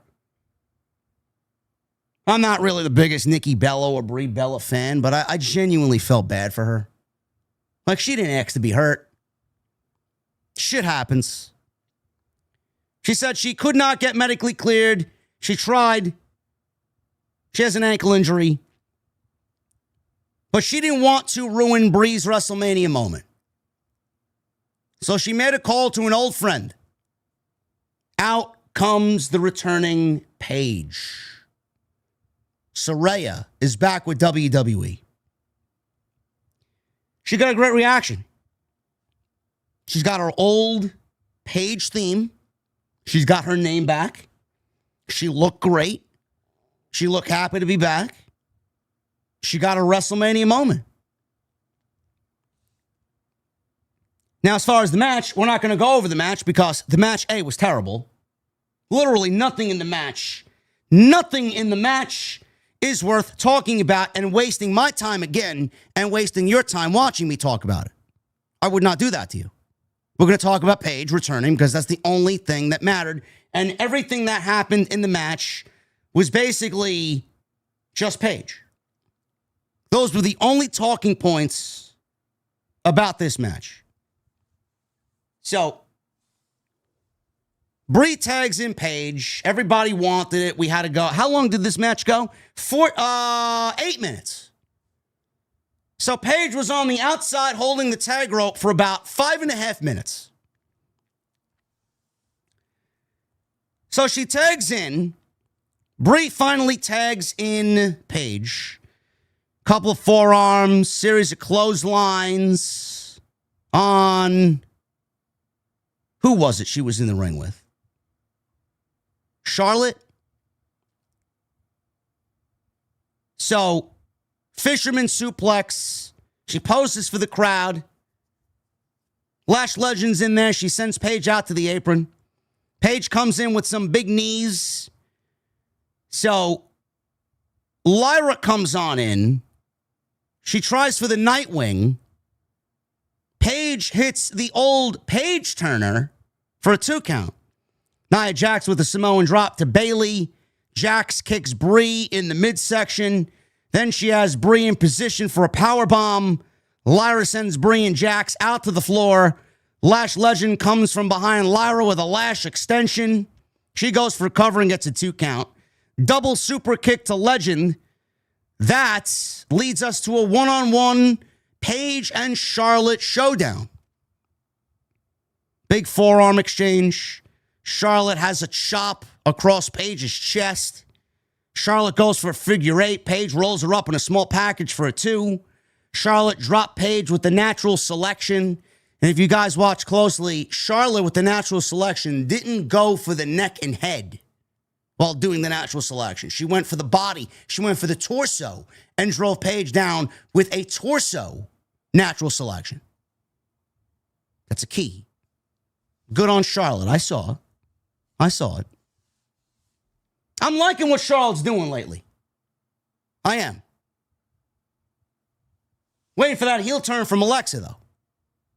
I think Charlotte's babyface run as a solo is going to work out better than what she did as a heel. Nikki then comes in, and she was out of the match, but she's on crutches. She pulls Charlotte out of the ring, and she attacks Charlotte with her crutch at ringside. Now, I saw people complaining about this on social media. Well, why is Nikki Bella attacking Charlotte with the crutch in front of the referee? I mean, it is a fatal 4-way match. I'm assuming there's no DQ. That's the only logical explanation I can come up with. Other than that, the referee just let it happen because there's no rules. So she blasts Charlotte with the crutch. Charlotte eventually tags in Bliss. Bliss went for Twisted Bliss, but she sees what's happening to Charlotte, so she second guesses herself. She takes too long for Twisted Bliss. She goes and delivers Twisted Bliss. Paige got the knees up, though. Paige connected with the Rampage and picked up the 1, 2, 3.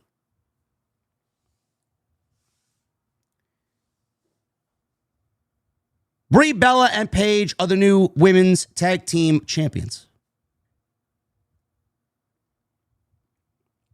Now, I said this on social media after the match was over, and you got at least a fourth of the comments. Oh, well, JD's no fun. JD, do you complain about everything, man? Man, you really must be fun at parties, JD. Why don't you just shut the fuck up, JD, and watch the show? This was great. They may be telling a storyline. Nikki Bella may turn on Paige, JD.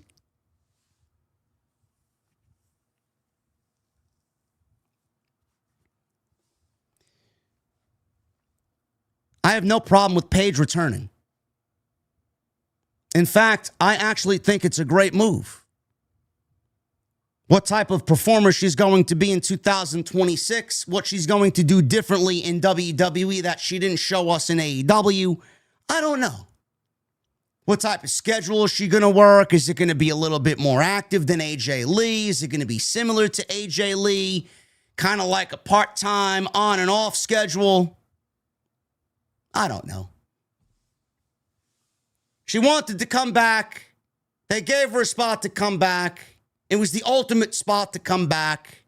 And now she's the first woman that I know of who won titles at All In and at WrestleMania. Only woman that I know to do that.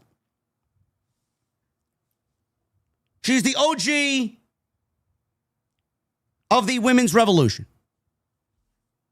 You can cite Charlotte and Becky and Bayley and Sasha.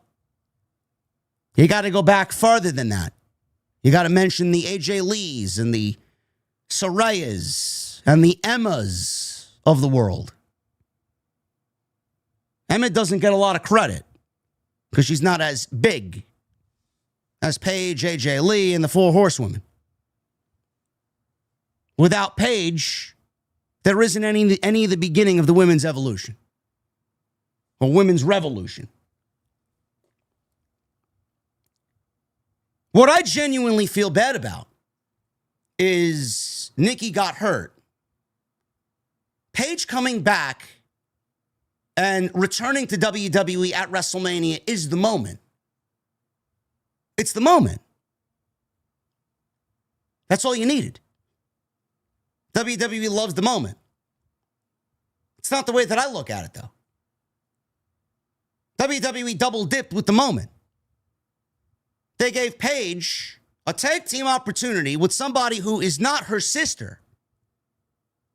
They gave her a WWE tag team title opportunity with someone whose lifelong tag team partner, actual tag team partner in life, Nikki Bella, Brie Bella. She's not a Bella twin. Yet they put them in this match together and then think that this is the best decision for the outcome. Now, Paige and Brie are the new tag team champions. Does Paige turn heel? That's one narrative that people were running with. I think she'd be better as a heel. I got AJ Lee and Paige on the same page. AJ's a babyface. I'd love to see Paige as a heel. But people were like, well, Nikki Bella's going to come back, get cleared eventually, and then turn. Nikki and Brie are going to turn on Paige. Who wants to see a Bella Twins heel turn? Do you realize that Nikki Bella was already heel and they opted to turn her heel so that Stephanie Vaquer had a heel challenger late last year? And she lost every opportunity at the Women's World Championship. Nobody asked for it then and nobody's asking for it now. Why would you go and turn around and do heel Nikki Bella again? It doesn't make sense. Nobody's asking for that. Nobody wants to see that. WWE should have just let Paige get the moment with the return. She didn't need to win the tag team title. So now what does that do to Nikki? Nikki Bella is hurt. She's obviously worse or more hurt than we were led on to believe. When she's coming back, I don't know. But you opted to give one half of the Bella Twins the tag team titles. I'm assuming that if Nikki was able to go, they would have won the titles anyway, so it's not like WWE deviated away from the overall plan so much. They just plugged in Paige for Nikki Bella. But one half of the Bella Twins now won the women's tag team titles, which was the original plan, without the original partner in her real-life sister. So one half of the Bella Twins celebrated this moment, which was the moment from the very beginning, without the other half.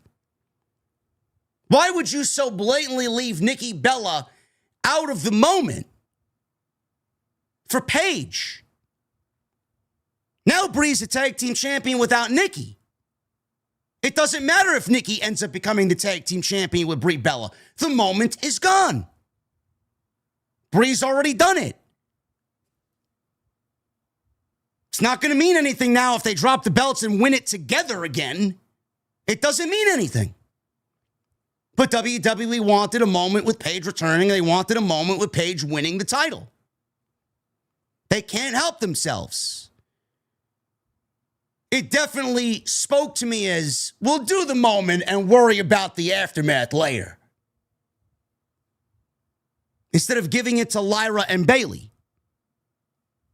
I don't give a fuck how ice cold the rest of the teams are. The entire division's ice cold. Bayley continues to get fucked over week after week, month after month. You pulled the woman from last year's WrestleMania and did a Becky Lynch angle with Lyra Valkyria. That was supposed to be her match. Now this year she comes into this year's Mania, makes it by the skin of her fucking ass, and then loses to a returning Paige. How is that fair? If anything, Bayley, Lyra, Charlotte, Alexa should have won the match. No, but we got to go and give it to Paige. I'm just trying to speak logically about this.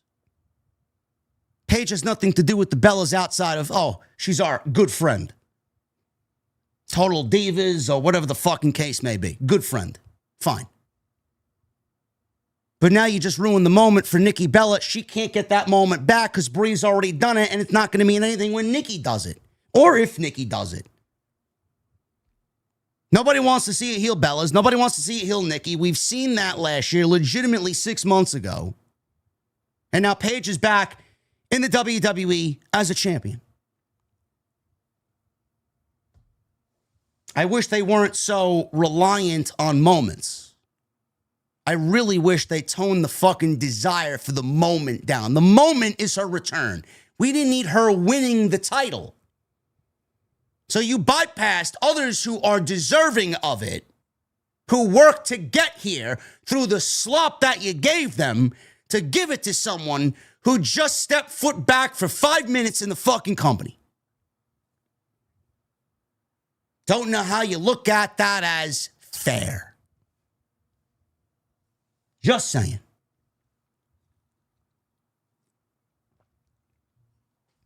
By the way, the last time the WWE had a fatal four-way for the women's tag team titles, go back and look at the quality of what they did at Evolution in July, on July 12th, or July 13th.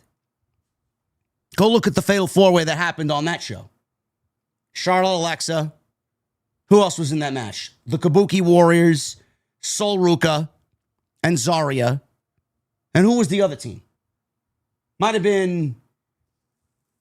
Who was the other team there? Was it Rhea and... Rhea Io main evented. Who was the other team in that match? I'm struggling to think. I'm sure somebody will figure it out. There was a fatal four-way women's tag team match on that show. Great.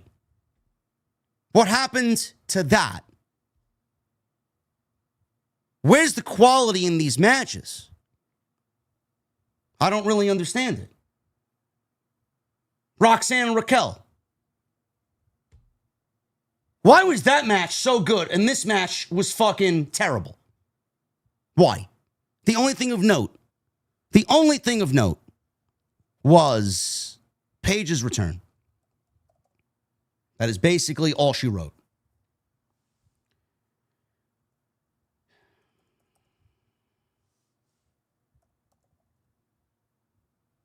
Moving on. Becky Lynch and AJ Lee. This match went 8 minutes for the Women's Intercontinental Championship. Just to let you know, we got no video package for the tag team match. We got no video package for Jacob Fatu and Drew McIntyre. We got no video package for the women's tag team match. And we got no video package for AJ Lee and Becky Lynch. But as long as Tony Hinchcliffe got a promotion for his comedy show at the end of Saturday night, that's all that really mattered. All that really mattered. So, I got to talk about this because this was actually pretty fucking pathetic. And you're talking to a guy who is huge on music, as I do the EO. AJ Lee, she has her entrance, and apparently her WrestleMania entrance was a bunch of little girls, varying in age, wearing AJ Lee pink and AJ Lee shorts, carrying around Intercontinental replica titles. As they skipped around AJ Lee, and AJ Lee led them to the ring, and they all skipped around the ring, and then AJ bid them farewell. Very cute, very AJ. Then we had Becky Lynch.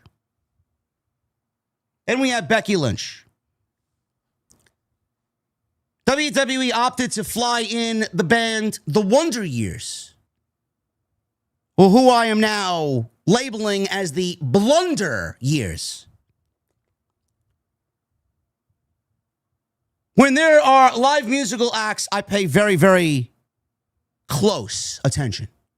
I'm a big music guy. So all of a sudden we get the feedback from the guitar that starts Becky Lynch's theme.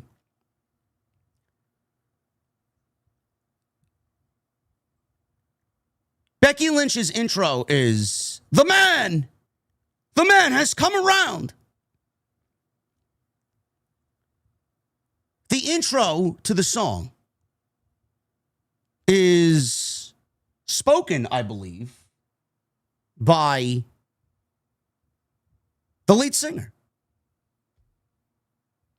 Now,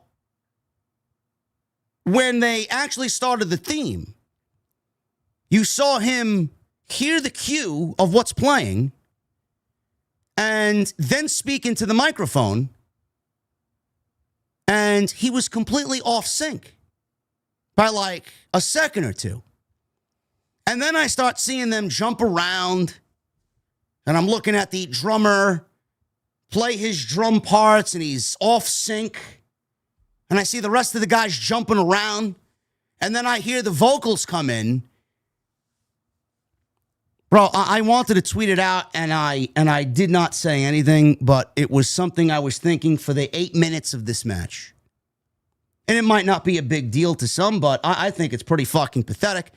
Then I saw Sean Ross Sapp say, the Blunder Years, or what I'm now calling the Blunder Years, the Wonder Years, performed Becky Lynch to the ring. No, you mean the Wonder Years lip-synced Becky Lynch to the ring.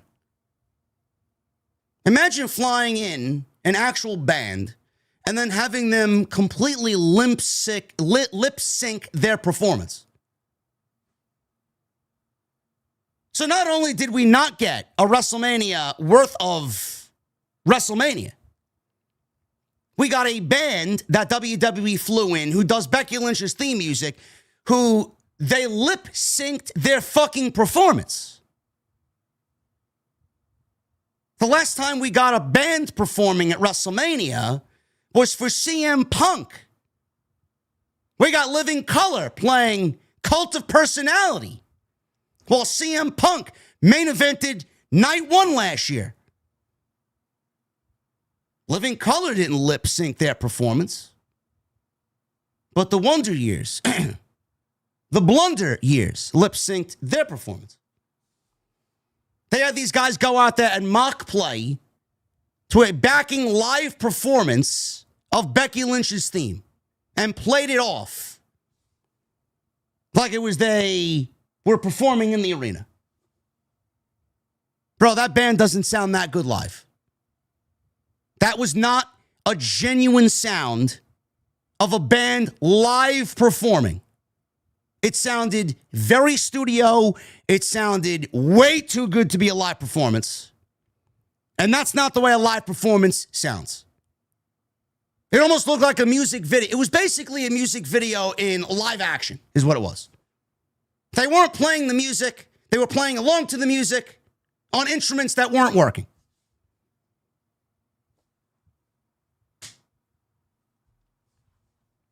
I'm going to go see Alter Bridge in May at the Paramount on Long Island in Huntington.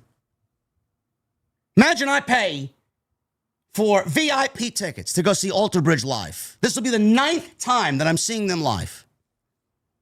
New album came out. It's fantastic. Imagine I pay all this money to go see Alter Bridge live, and then I see Miles Kennedy and Mark Tremonti on stage, and they're lip syncing. You're going to feel robbed, aren't you? A band that lip syncs live on stage is the very definition of a band that fucking sucks. They're not talented enough to play and perform and sing live. So what good are they? There are studio bands, there are live bands, there are bands that do both very well. Some bands are so good that when they play live, they sound exactly like they do in the studio, like Alter Bridge or like Ice Earth. I went to go see Ice Earth 8 times. John Schaefer, and no matter who sung for Ice Earth, whether if it was fucking Tim Schaefer or Matt Barlow or fucking Stu Block, they sounded great every single fucking time. I've seen Symphony X 9 times and Michael Romeo every fucking time. He doesn't play everything note for note perfect, but my God, man, that man is the fucking musical version of Bret the Hitman Hart live. Surgical. I don't know what the fuck you call that. Now, but as long as we got it to pretend Becky got her entrance. Fantastic. Awful. The band sucks, and the music sucks. The match was no better. The match really picked up towards the end. Other than that, we saw this 3 different fucking times already, so they really didn't bring anything new to the situation. Becky Lynch gave AJ Lee a fallaway slam into the barricade.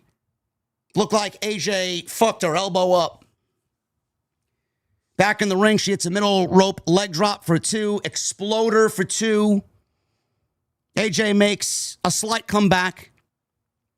Becky Lynch got into it with Jessica Carr at this point. AJ Lee hits a missile drop kick for 2 because Becky is concerned with Jessica Carr. Becky Lynch counters a Black Widow. She swung AJ Lee into the middle turnbuckle to escape the submission move. Becky Lynch followed with a manhandle slam. She goes for a cover and gets a 2 count. She then stomps on AJ in the corner.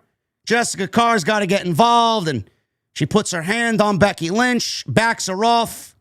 Becky Lynch once again got in Jessica Carr's face and started poking at her in the chest, and she put her hand on Jessica Carr. Lynch shoved her. Jessica Carr shoved back. Lynch charged at Jessica Carr. Carr stepped aside. AJ Lee gave Becky Lynch a manhandle slam for a 2. This is where things are really starting to get a little decent. AJ tried for the Black Widow. Becky countered by getting to the rope, and she also grabbed AJ's hair to break the hold. So, the hair pulling isn't the problem. That's a great way to get out of the hold. AJ tried a corner charge. Becky pulled Jessica Carr in front of her, and AJ hits Jessica Carr, and Jessica Carr falls down. So at this point in the match, Becky Lynch unhooks the turnbuckle pad, which she tried to do earlier in the match. Jessica Carr says, we're not playing this game again, because she did the same thing in Chicago at the Chamber. Jessica Carr tried to put the turnbuckle pad back on. She did the same thing here tonight and put the turnbuckle pad back on. But after this down spot, she didn't see it. Becky unhooked the turnbuckle pad again. She drives AJ into the turnbuckle pad. She delivers a manhandle slam. At that point, Jessica Carr finally woke up. She didn't see what had happened. 1, 2, 3. And Becky Lynch wins back the Intercontinental Championship for a 3rd time. She's now a 3-time Intercontinental Champion. Match went 8 minutes. According to Wikipedia, the match went 8 minutes and 15 seconds. Imagine me and AJ Lee. First WrestleMania in 11 years. Yeah, we'll give you 8 minutes. Is that all the feud is worth? All the weeks of television that we got. Is that all the feud is worth? 8 fucking minutes?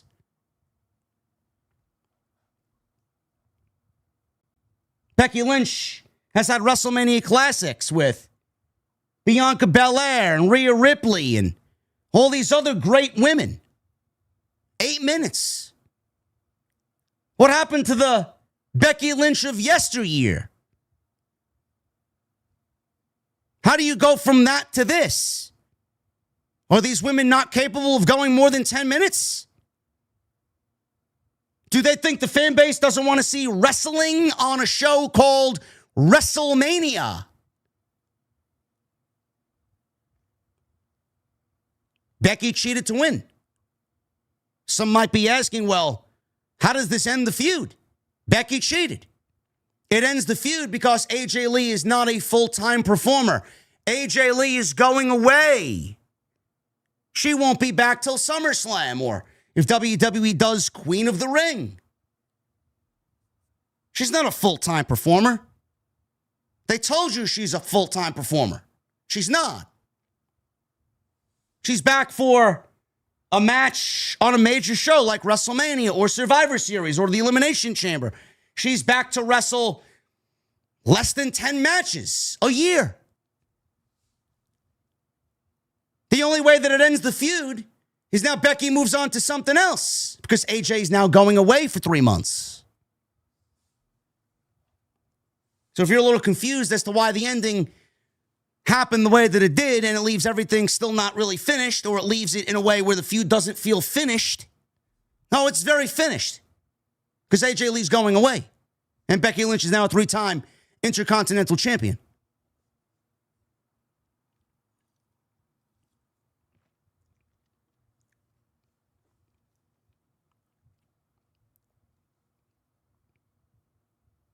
We got Chuck Zito sitting at ringside, who was standing alongside George Kittle, who also stole Chuck Zito's beer and drank it and chugged it live on camera. Hopefully he reimbursed Chuck Zito for his $40 beer. Terrence Crawford was there. He looked like he didn't give a fuck about being on camera because he was on his phone with his kids. Connor Ben and Funny Marco. I don't know who any of these people are, nor do I care. If you were thinking up until this point, man, the ESPN app version of WrestleMania, where is it WrestleMania? Has WrestleMania showed up yet? Yeah, as soon as you heard Gunther's theme music, dun, dun, dun, dun, then you finally hear his theme and think, all right, WrestleMania is about to start now. Finally. Finally. Gunther and Seth Rollins, one-on-one. This match went 15 minutes. Saw some people comparing this to The Undertaker and Shawn Michaels from WrestleMania 25. The fuck are you guys watching? Oh, this is going to be this year's version of Undertaker and Shawn Michaels. Sure. It was good, but it's not that good. Gunther made his entrance. Nothing overly flashy or complicated about his entrance. He's great. Seth Rollins, he had these contacts in his eyes, and they turned his eyes completely black. It almost looked like he had smoke coming out from his jacket. He looked very Mortal Kombat-esque. Maybe he did. I don't know. There was a Mortal Kombat ad and a Street Fighter ad and a Fortnite ad. Apparently, Liv Morgan, Stone Cold Steve Austin, and The Rock are in Fortnite. So before the match even started, Gunther dropkicked Rollins. He entered the ring. People were very excited to see Rollins back. Drop kicked him, back suplex, big power bomb. Gunther's automatically just going about what he wants to do, not listening to the referee, wanting to beat Rollins very quickly because to him, apparently, this is personal. Rollins is fighting back. They're on the outside. He's trying to gouge at Gunther's eyes. Tossed him over the announce table. He tossed him into the barricade. Bell still hasn't rung yet. So, I said on social media, man, Gunther and Seth Rollins really need to break the star scale rating for us to save this fucking show so far. I'm still waiting for the fucking wrestling in WrestleMania to show up. So they both enter the ring. The bell finally rings. Rollins is going after Gunther. He starts stomping away at him. Gunther comes back with a big clothesline, takes him out. Rollins comes back, lifts Gunther up, and he delivers a huge buckle bomb. But Gunther hits a German suplex. Rollins hits a German suplex of his own, and then they start trading clotheslines back and forth. So Rollins is trying to fire up some shots on Gunther. Gunther takes him out with a big power bomb, goes for a cover, he gets a 2 count. Gunther was in a pedigree by Rollins. If there's one thing that Rollins needs to do away with, it's the pedigree. Rollins has the absolute dirt worst pedigree I have ever seen. Either he's not doing it right or the people that he is delivering it to don't know how to take a pedigree. Why is everybody so afraid to take the pedigree and make the pedigree look good? You got to land chest first and face first with the pedigree. Everybody lands all contorted, and they land on their side, or they land this way, and they land this way, and they don't know how to fucking land. Don't do it. It looks like shit.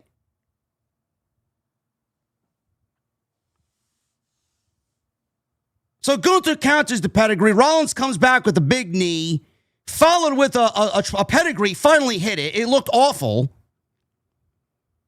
Hits Gunther with the curb stomp, and he only gets a 2 count. So they go back and forth for a little bit more. Gunther applied a sleeper hold. Rollins fought out of it, hits big forearm strikes one after another.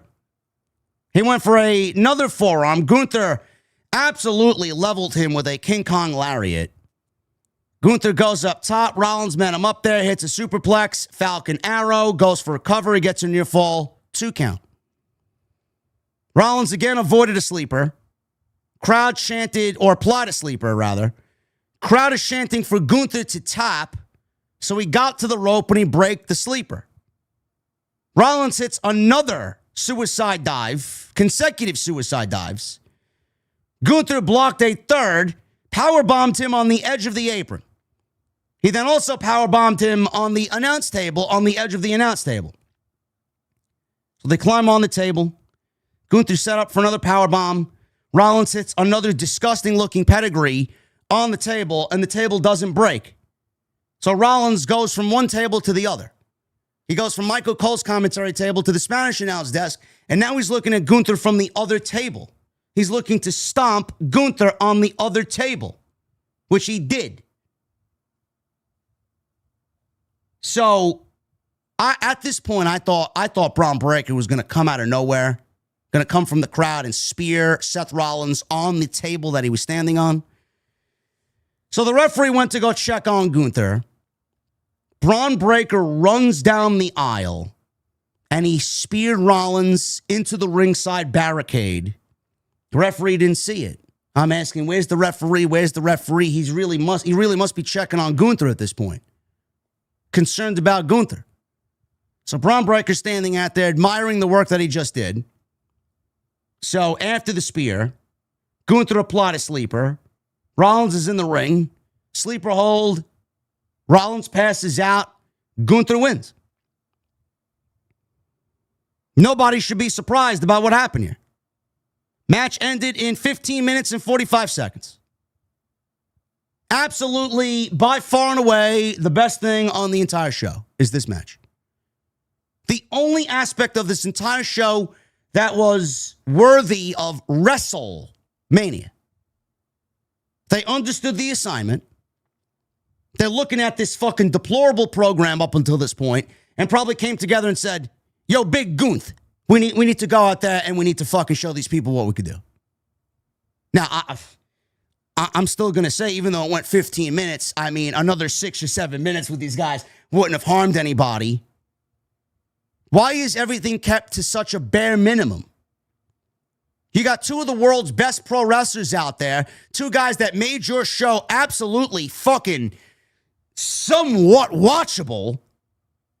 Let them go out there and go 20 minutes, 22 minutes, 23 minutes. What's the big fucking deal?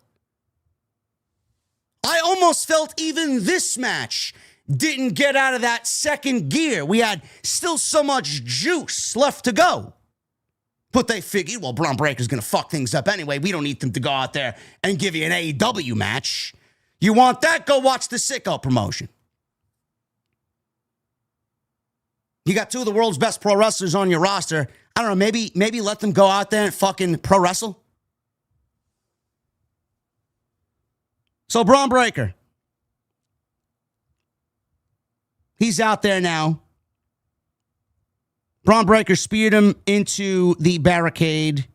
Gunther wins with the sleeper. After the match, Breakker, he's up the aisleway. Now, the aisleway is so big and so long. Breakker runs down the fucking ramp. Like Rollins is in the aisleway. He's at the bottom of the ramp. Rollins is standing there. And Breakker is running down the fucking ramp at such a high velocity, at such a high speed. Bro, this guy reminded me of myself in high school when I was 2 minutes late for the bus stop to get on the fucking cheese bus to go to Mount St. Michael. This guy was running for his life down that aisleway. He speared Rollins with such velocity that he actually had to hold back on spearing him full stop. Full spear. If he actually speared Rollins, Rollins would be in the hospital. Rollins may have broken ribs. He ran at Rollins with such a force that he delivered a fucking half of a spear. And it still looked great. The whole visual of him running down the aisleway was the WrestleMania moment for Bron Breakker. Paul Heyman's up on stage. He greets Bron Breakker up on stage. They hug, and he's posing in front of the fans, and he's barking at everybody. Bron Breakker's back. Bron Breakker's been cleared for the last 3 weeks. WWE didn't want to do Rollins and Breakker. They'd rather do Gunther and Rollins and save Breakker for this spot to interfere, and then we get Backlash in Tampa, Breakker, Rollins. We got 3 weeks of story to build up there. They figured that match is better there than on WrestleMania.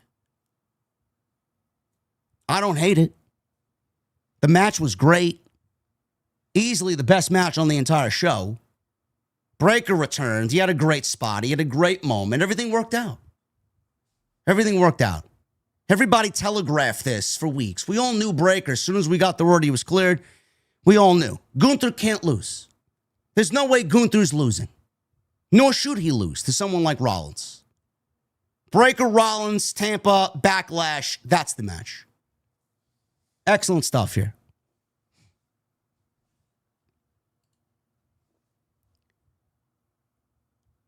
Women's World Championship. Stephanie Vaquer against Liv Morgan. This match went 9 minutes. Wikipedia says 9 minutes. I think Wikipedia added at least a minute or two. This felt like 7 minutes, 6 minutes, easy. Maybe they included the intro that Liv Morgan did. Liv Morgan's WrestleMania entrance was her dancing a choreographed dance with her dancers and one male performer who single-handedly made all the males in attendance very jealous because he had his hands all over Liv Morgan. She sang her new Trouble music video. which is now her new theme. She has that big black and blue on her forehead from 2 weeks ago. She's got a black eye. Liv is all fucked up. Stephanie comes on out. No real WrestleMania entrance for Stephanie. We got the fire and we got the generic Def Rebel AI theme. Couldn't have paid Dave Mustaine to fly in to sing Stephanie Vaquer to the ring. Stephanie said if I could choose one song, I'd want to come out to Megadeth's Head Crusher. Now, I guess paying the Blunder Years to lip sync Becky Lynch to the ring is all they could afford. It's all they could afford this year. This feud went from not really exciting and no real substantial story to WWE flipping the script and letting these women go out there and develop over the last 3 weeks some real volatile dislike for each other. They created and painted this picture that these women did not like each other. We all bought into it. The real physicality that we saw translated, and we all thought that, well, maybe the match is really going to be fucking good. When Liv Morgan wants to work, Liv Morgan's going to work. She had a great fucking chamber last year. She was the MVP of the Women's Elimination Chamber. She's very good when she wants to be, when she's got the right opponent. Stephanie Vaquer is a great wrestler. Has she been held back in WWE? Yes. I don't know what the fuck, why it feels like Stephanie's got fucking ankle bracelets on, like they're limiting what she can do.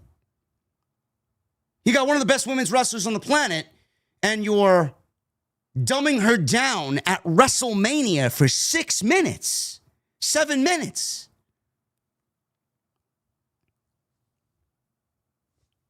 What exactly did we see here that resonated with everybody that this is WrestleMania? Liv's entrance lasted longer than the actual match. Both entrances combined were longer than the actual match. Stephanie was very, very fierce early on. Morgan powerbombed Stephanie out of the corner. Goes for an early cover. Morgan wanted three amigos. She did the Eddie shimmy off the top rope. She went for a frog splash. Stephanie got the knees up. Hit a back suplex. Stephanie went for Devil's Kiss. She hit Devil's Kiss already in the match. Usually when you see Devil's Kiss, we're like in the 6th inning, 7th inning of a Stephanie Vaquer match. Fans Booker T'd along to Stephanie's Devil's Kiss. She followed with a face buster. She goes for cover, gets a 2 count. Morgan comes back with a backstabber. She is continuing to attack Stephanie. Morgan then set up for her own version of Devil's Kiss. Stephanie rolled into a cradle for a 2, followed by a backbreaker for a 2. Morgan hits a code breaker. And Stephanie hits her own version of the Oblivion, which is Liv's finish. Roxanne Perez ran down and... Bro, did you see what Roxanne Perez was wearing? Did you see Roxanne's outfit on the apron, bro? Roxanne's outfit was better than this entire match. If I remember anything from this match, it's Roxanne's outfit. She runs down. She jumps on the apron. Distracts the referee. Raquel Rodriguez is on the other side. I mean, anybody's going to be distracted by Roxanne Perez. Raquel Rodriguez is on the other side. She dropped Vaquer off the top rope. Morgan hits Oblivion, goes for cover, gets a 2 count. Stephanie kicks Perez and Raquel off the apron. And Morgan tried to wipe out Vaquer, but Vaquer moved and Stephanie moved out of the way while Liv tried to take Stephanie out. She accidentally took out her partners. So she dove on top of Raquel and Roxanne. Stephanie followed with a slingshot, dived to take out Perez and Raquel. This allowed Morgan to shove Stephanie into the steel steps. Morgan throws her back in the ring. Code breaker, Oblivion, 1, 2, 3. Stephanie was jobbed out in 7 minutes. Liv Morgan is the new WWE Women's World Champion. Dominic Mysterio, he slid into the ring. He celebrates. Liv Morgan jumps in his arm.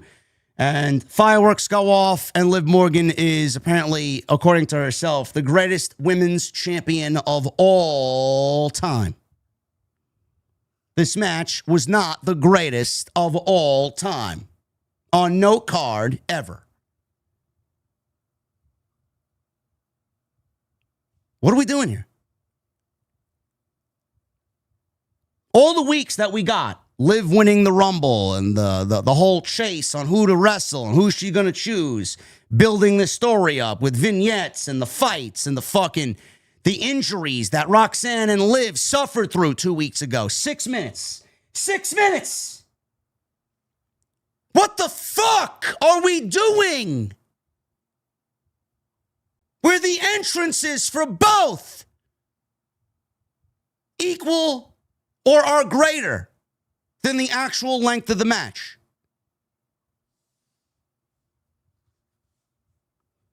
Now, I'm assuming this is going to be a rematch at Backlash, because that's exactly what WrestleMania is. Because Roxanne and Raquel were out there, and Stephanie's going to want her rematch because she got fucked over. And it's 3 weeks away. They're not going to build a new challenger up for Liv Morgan in 3 weeks, because realistically, who else is there? Backlash is going to be all rematches. And then maybe Io and Asuka. Might actually be better than this fucking show tonight. 6 minutes, 7 minutes tops this match went. Wikipedia says 9. Maybe they need a new stat guy.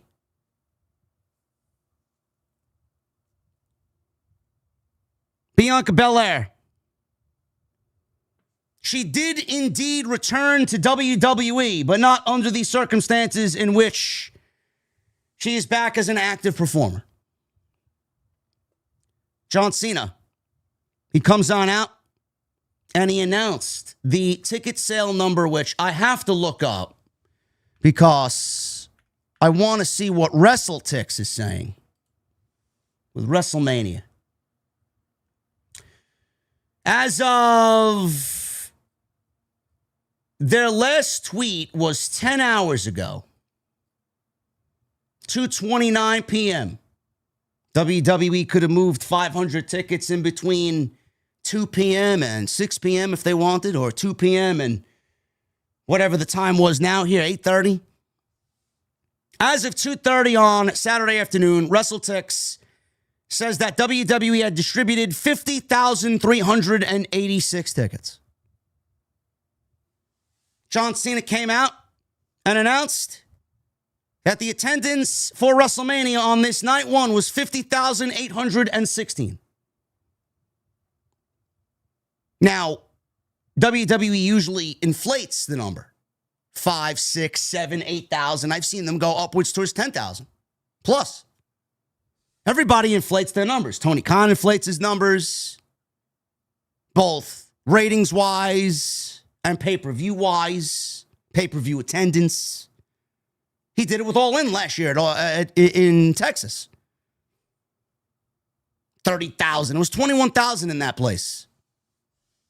WWE usually fakes their numbers. This was as close to a real number as possible. Even John Cena says that people were making a big deal about what the numbers would be.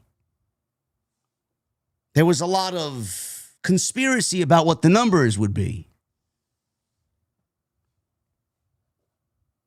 Bianca Belair comes on out. Belair entered the ring. She's wearing this big blue, very puffy, very large, blue feathery outfit. Comes on out. She looks great. We missed the EST.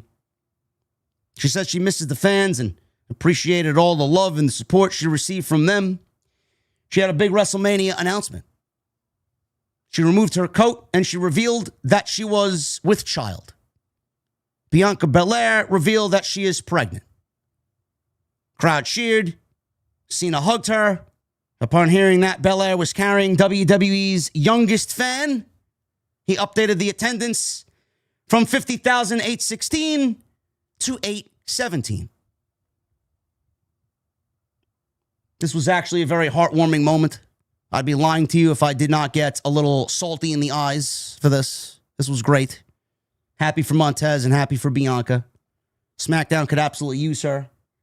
Don't know how far along she is. I predicted that she'd help Rhea Ripley tomorrow, so it doesn't look like she'll be there to help Rhea Ripley. We may be getting Io instead. But Bianca is not going to be on TV for a while. I'm assuming she's going to be out the rest of the year. Again, I don't know far along she is, but Bianca Belair came out tonight and they gave her the floor to announce that she is pregnant. This will be Montez and Bianca's first child. I think a lot of people kind of insinuated it, and a lot of people had predicted that this could be the case. We'll see. We'll see what happens, but Bianca is going to be out for the rest of the year, and we may be looking at a WrestleMania return next year. Possibly Royal Rumble going into WrestleMania season next year. It is now time for the main event. You folk on Netflix got Hulk Hogan ads and a WrestleMania 43 announcement in Saudi Arabia. The only match that got a vignette or a pre-match vignette, a setup, was Cody Rhodes and Randy Orton. They felt like nothing else on this show needed it.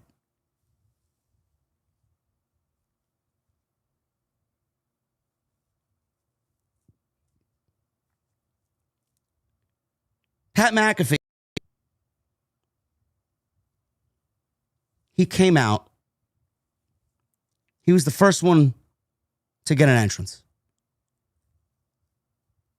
Pat McAfee took forever to get to the ring. He's walking as slow as possible. He's looking at fans and he's giving the middle finger to fans, and he's telling people in the front row who paid millions of dollars to be there, fuck you. He called one guy, you got to be the ugliest motherfucker in this place. He finally gets in the ring after what seemed to be 5 minutes. Randy Orton makes his entrance. No spectacular entrance for Randy Orton. We got the big LED screens with a big red Viper that's kind of slithering back and forth between all the screens. Bro, when I tell you that The Undertaker didn't even have as long as an entrance as Randy Orton, I'm not joking. Randy Orton was as slow as The Undertaker walking down the aisle. When I tell you that Randy Orton and Pat McAfee's entrance lasted longer than Stephanie Vaquer and Liv Morgan and AJ Lee and Becky Lynch, I am not kidding you. I am not kidding you.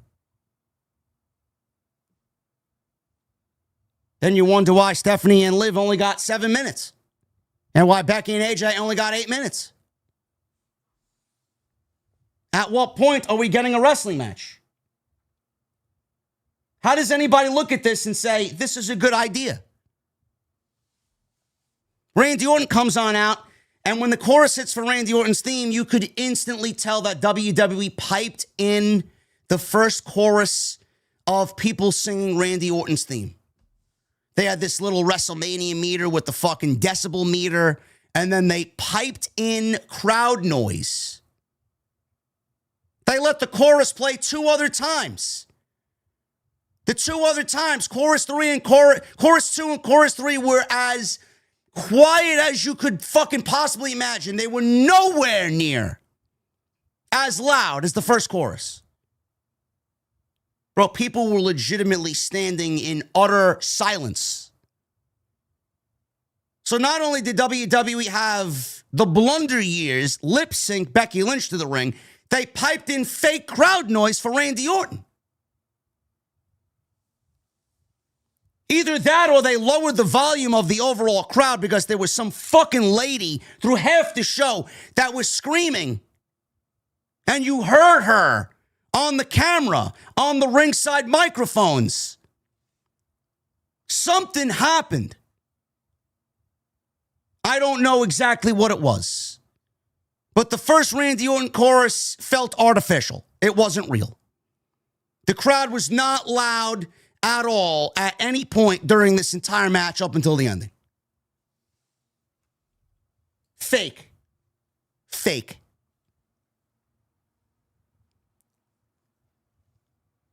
Cody Rhodes' entrance, he got a WrestleMania entrance. You would think that Cody Rhodes was fucking retiring at the end of this show. Rhodes' entrance included 4 pods on stage that had Rhodes mannequins dressed in all his old outfits. It almost kind of looked like you walk into the Batcave and you see all of Bruce Wayne's different Batman gear. He had the face mask era of Cody Rhodes. He had the young boy green tights era of Cody Rhodes, Stardust, and then the American Nightmare. Comes on out. He's got all gold attire. He's got a gold skull mask. He greets his wife and his daughter at ringside. Pat McAfee did Randy Orton's in-ring introduction first. He did not let Alicia Taylor do it. She did Rhodes' introduction. Before the match could start, Pat McAfee blasted Cody Rhodes over the head with a microphone. Orton put the boots to Rhodes. Rhodes fought back, laid out McAfee with the crossroads. Rhodes then placed McAfee on the announce table, and all of a sudden, Jelly Roll showed up at ringside, climbed onto the foreign announce table, and delivered an elbow drop through Pat McAfee and the table made a very satisfying snap as Jelly Roll Ozempic himself through the table. He starts yelling at Cody Rhodes, now deliver the match that these people paid to see.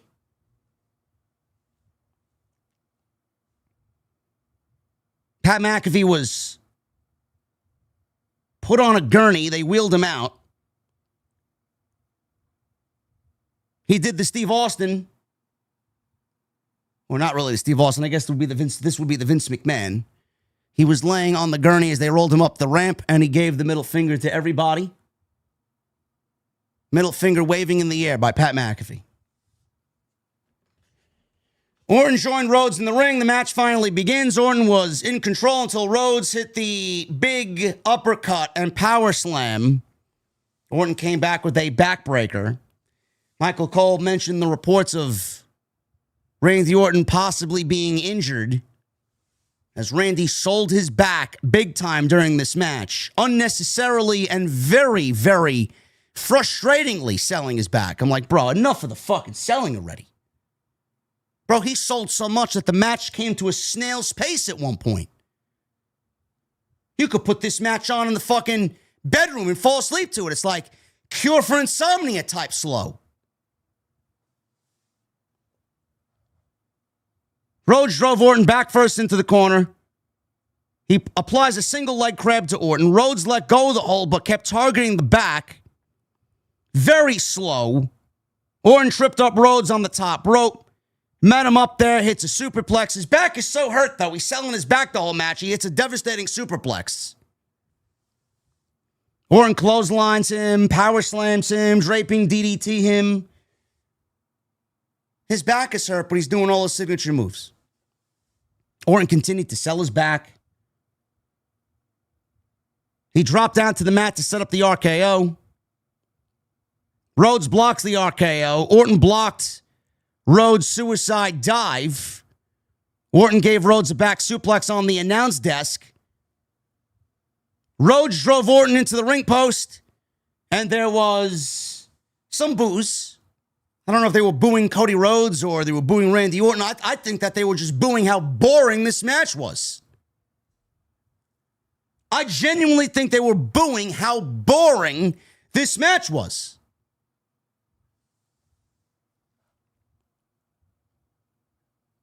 All of a sudden, with Orton going into the steel post, he comes up busted open. Rhodes saw the blood. He starts punching away at Orton. Rhodes is stomping Orton. Hits his disaster kick for a 2 count. Rhodes starts wiping blood over his American Nightmare tattoo. He sets up for a draping DDT. Rhodes hits the move and bang the mat to set up for the RKO. He's basically healing it up here. Crowd is booing him. Looking to hit Randy with his own moves. Orton blocked the RKO attempt. Orton hits his version of Crossroads on Cody Rhodes. He goes for a cover. Gets a 2 count. Orton fires up. He sets up for his RKO. Rhodes turns it into a backslide. He goes for a cover. He gets a 2 count. Rhodes popped up, hits an RKO for a near fall. So they trade finishes. And they kick out of each other's finish. Rhodes then shoved Orton into the announce table. Rhodes then set up Orton for a Cody cutter, but Orton suddenly hit an RKO. They trade strikes again. Rhodes poked Orton in the eye. Orton momentarily blinded. He accidentally gave Charles Robinson an RKO thinking it was Cody Rhodes. Orton went for a low blow. Cody Rhodes blocked it. He gave Orton the low blow. Fans are booing. Cody's healing it up. There was just a little glimmer of hope that WWE may be doing a double turn here. How do they fix this? Turn Cody heel. Turn Randy back to babyface. Rhodes went for a Cody cutter. Orton nailed him with an RKO, coming off the rope for the Cody cutter. Referee was still down. Orton could not win the championship, so Pat McAfee runs down the aisleway with a neck brace and a referee shirt. Counts the fall. Rhodes kicks out at a 2. Orton, he gets up. He's frustrated. McAfee is ordering Orton around. Let's win it. Let's save pro wrestling. Orton, out of nowhere, gives McAfee an RKO. Shoves him out of the ring. He's yelling at Pat McAfee. Randy Orton gets cheered for RKOing Pat McAfee. All the while, Cody Rhodes behind him gets up. This allowed Rhodes to get up. He hits Orton with the crossroads. 1, 2, 3. He beats a distracted Randy Orton as Randy Orton RKO'd Pat McAfee. Orton turns around, eats 1 crossroads, and that's enough for Cody Rhodes to win the championship, or win the championship match and retain the championship. Rhodes posed after the match. Orton yanked his title belt away and hit him over the head with it. Orton backed up into the corner. He delivered the punt kick and punted Cody Rhodes in the face.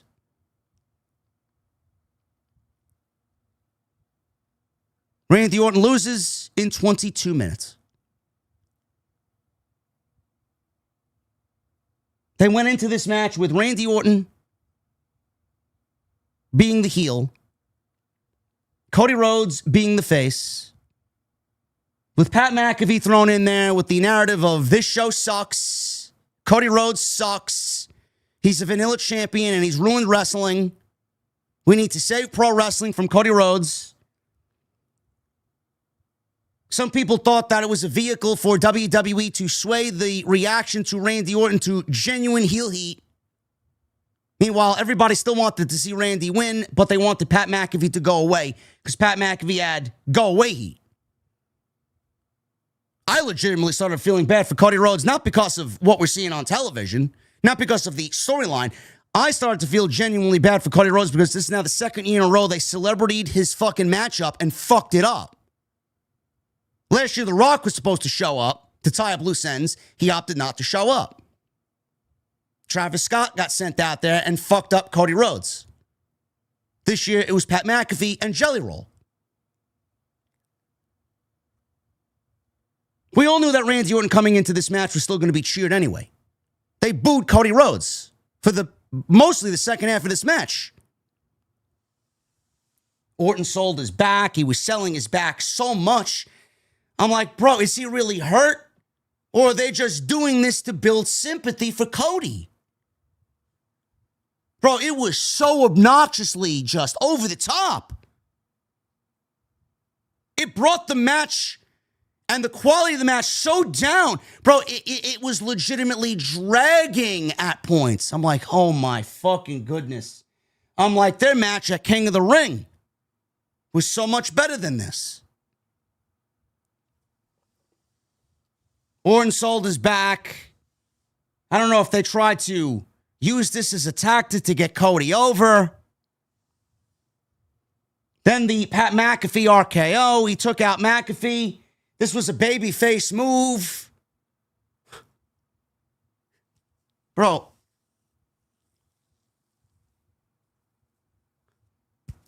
I mean, it doesn't even make any sense. It doesn't make any... Why was Orton the one to RKO Pat McAfee? Why? Shouldn't it have been reversed? Pat McAfee was going away anyway by what he said. If Orton doesn't win number 15, he goes away forever. Why did we need Pat McAfee to get RKO by Randy Orton? Why couldn't Cody Rhodes take him out? He was going to go away anyway if Cody was the one to win. After all that Pat McAfee did to Cody Rhodes still couldn't get one over on Pat McAfee.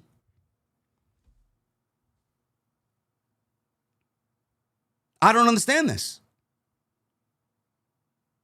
The WWE completely thought about this ass backwards. No, it's not about Pat McAfee now going away and Pat McAfee now being removed from the situation. The entire thing got fucked up to a point where they still fucked up the ending, even though Pat McAfee's off television.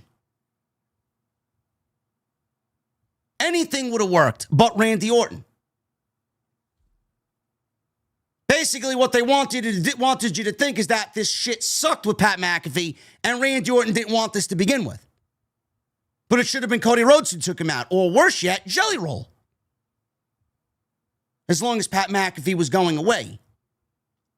The babyfaces should have conquered Pat McAfee, being that the babyfaces were fucking absolutely fucked over by this terrible move.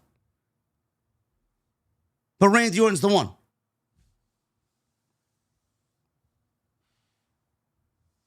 This feud looks like it will continue going into Backlash. That's what they wanted you to do. They didn't have any big cliffhanger ending. They didn't have one big surprise.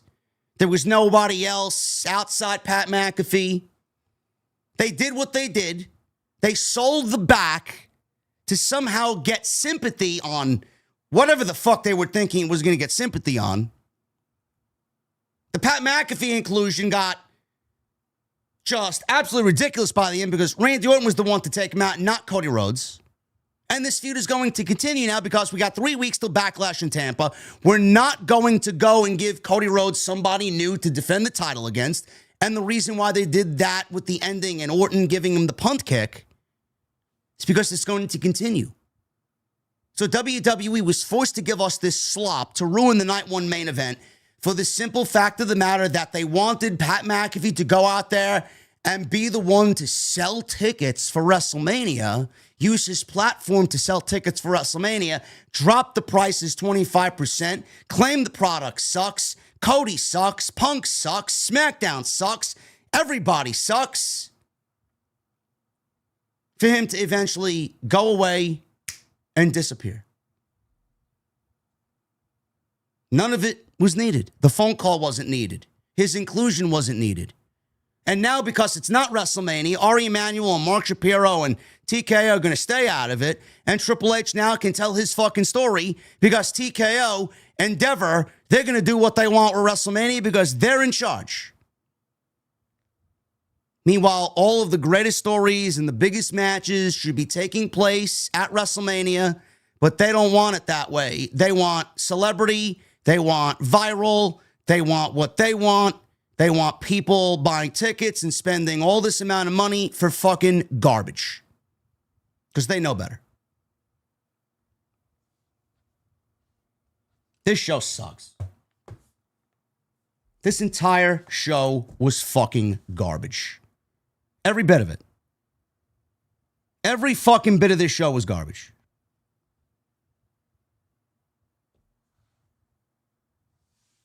Punk kick was the last thing we see. Orton stood over Rhodes as the show went off the air.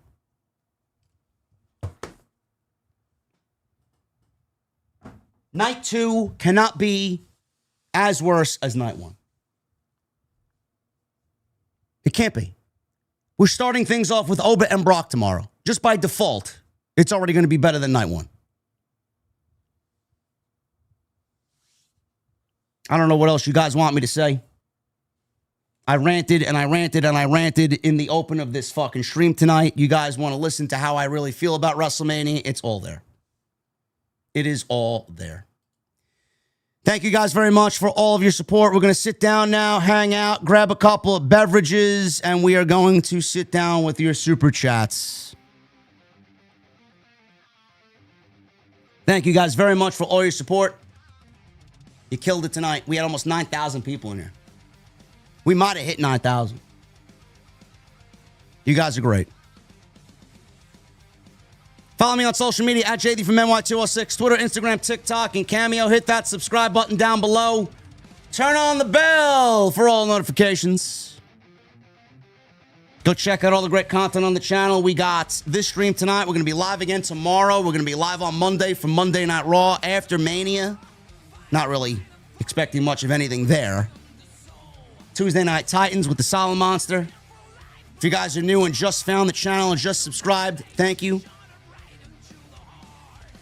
We got a lot of great stuff coming up, and it's been a great April. I thank you guys very much. Tonight we're sponsored by Hims. You know what WrestleMania season always reminds me of? Everybody shows up in the best shape of their lives. Now, the shows are garbage, and the creative is garbage. But everybody shows up in the best shape of their lives. You got guys who looked one way 6 months ago, and now they hit that stage, and it's like, all right, this guy is ready for a big-time WrestleMania match. And meanwhile, the rest of us are sitting there thinking, man, I got goals too. But actually getting there, that's a completely different story. Because losing weight isn't just about saying you're going to do it. It's consistency. It's discipline. It's having the right game plan. And let's be honest, most people are just guessing. That's why weight loss by Hims is something you guys should be looking into. It's designed to support you in losing weight and actually keeping the weight off. And Hims now offers access to affordable range of FDA-approved GLP-1 medications, including the Wegovy pill at its lowest price ever and the Wegovy pen.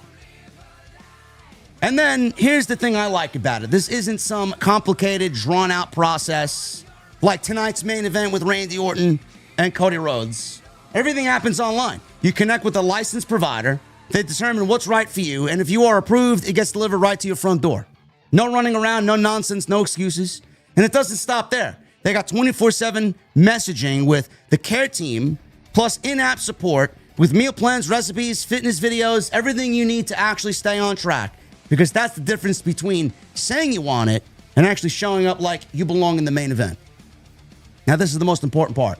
You want to reach your goals? Visit hims.com/script to get a personalized, affordable plan that gets you. That's hims.com/script. hims.com/script. This is based on the advertised cash price for 30-day supply of medication only. Membership is required, fee not included, and billed separately. Weight loss by Hims is not available in all 50 states. Wegovy is the registered trademark of Novo Nordisk. To get started and learn more, including important safety information, Wegovy clinical study information, and restrictions, visit hims.com. Let's get to these super chats. Before we get to the super chats, I want to shout out House of Glory, Brian XL, Amazing Red, and everybody that was in charge of putting that show together on Thursday night. I was in Vegas Wednesday and Thursday, flew home Friday. Got home right before the second hour of SmackDown. I did not go live because SmackDown was just fucking awful last night.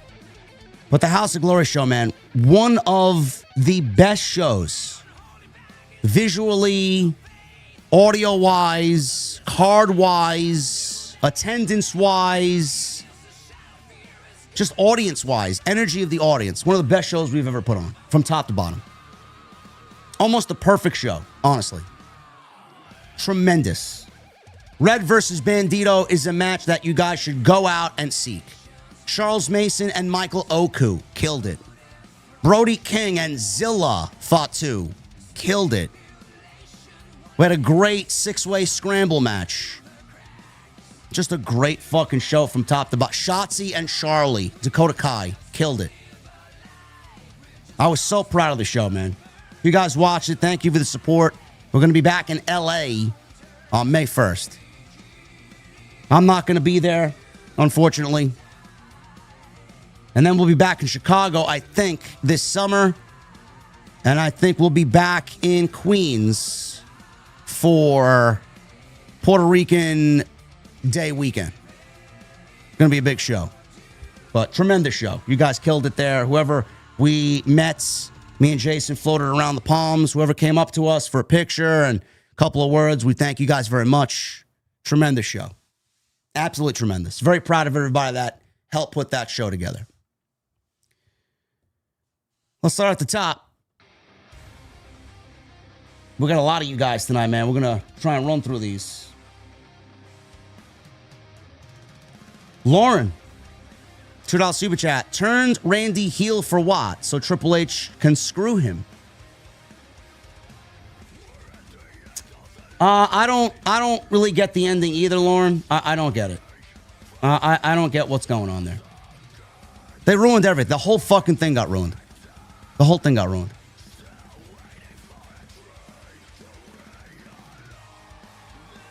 Loch Ness with a $50 super chat. Since Charles Robinson was knocked out there in the match, why not have Randy hit Cody with the title and hit the punt kick, then have Pat count to 3 just to have the rematch at Backlash? Should have just had Cody drop now. Thoughts? Hashtag blue hair lady. Hashtag we the ones. Loch Ness, I don't know what to tell you. They wanted Cody. The only thing I can think of is they wanted Cody to retain to get Pat McAfee out. We're not going to get Jelly Roll and Pat McAfee involved, and they're going to go back and deliver what they should have here at Backlash. It's just going to be Cody and Randy. And Randy may win it back, number 15, at Backlash. Because if Jacob Fatu is going to factor into world title plans, I see Fatu and Randy Orton. What Cody does, I don't know.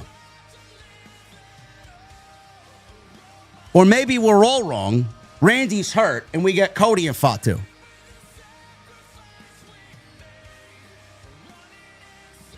Catherine Solo with $5 super chat. How does nobody bleed in an unsanctioned match? Where does Drew McIntyre go from here? I don't know. I have no clue. McIntyre got screwed. He dropped the title back to Cody. He was positioned on the quote-unquote pre-show. And he had his WrestleMania main event taken away from him for Pat McAfee. Bones with a $1.99. Happy my girl Paige is back. Keep cooking, JD. Thank you, Bones. Daniel to Miami with a $9.99. Hey, JD, you know when you throw out the trash and the disgusting liquid that spews from the bottom of the trash bag, that's what WrestleMania was tonight. Absolute garbage. Well, brother, you're buying the wrong trash bags, man. You got to get the hefty Flex Seal bags. Can't be using them fucking great value Walmart bags. Those shits suck. But thank you. Kanan with the $10 super chat. Wife said it best tonight. It wasn't WrestleMania. It was Sponsor Mania, commercial, celebrity, commercial, more commercials. 1.5 hours of wrestling out of 4 hours of a show. Yeah. It's disgusting. It's disgusting. Adrienne with a $4.99. Okay, so now that Pat is out, can we finally get this diabolical version of Randy that Stephanie was warning Cody about? Maybe. Maybe. Illuminati with a $5 super chat. Bianca being pregnant ruined my mental booking for Jade tomorrow. Damn it. I didn't have Rhea winning the championship anyway. Caden with a 199. No message. Street Fighter with a $5 super chat. I'm actually shocked that Stephanie got disrespected. Match could have used more time. Bro, the entire show was fucking terrible. From the amount of women's matches we got in one singular night, to the length of these matches, to the heatless stories coming in, which made the matches no better. It was awful. Everything about it was awful. Brandon with a $2 super chat. JD compared tonight to Darby winning the gold. Darby winning the gold was fucking awful in its own right. Darby winning the gold was creative malpractice. Only for him to win it, to immediately defend the title against Tommaso Ciampa on Wednesday, who doesn't belong in any world title discussion at all. You're already devaluing the championship by having it on Darby, by him defending it against Tommaso Ciampa. Only for MJF to eventually win it back at Double or Nothing. To then maybe drop it to Will Ospreay in August at Wembley. Maybe. Because Kenny isn't done with the World Championship. And there was a situation with Kenny and Omega. Kenny and Ospreay. Tony may actually have Ospreay and Omega main event Wembley. Which would be awful. Smartest Mark alive with a $80 super chat coming to us from Australia. An abomination of booking tonight. 5 out of 7 matches with screwy finishes. And the main event finish topped off the disgrace we have been subject to for a better part of 2 years. Randy should have gone over with the punt kick, not after the match.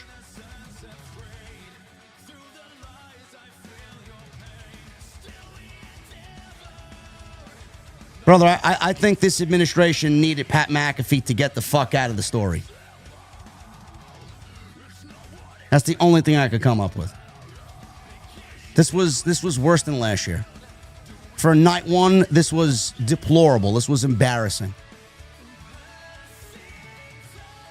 Triple M with a $5 super chat. Boring.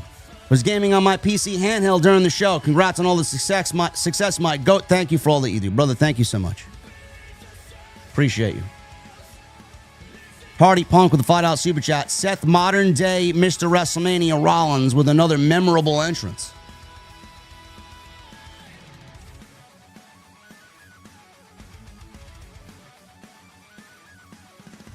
Ultimate Materializer with a $1.99. That was trash. I agree. There's no better way to put it. Tim L. Sim with a $50 super chat. We'll check this video later to see how this messy night one was. Only caught the main event, which was meh. And heard from my circle that Rollins Gunther was surprisingly matching tonight in a mediocre night one that was more advertising than wrestling.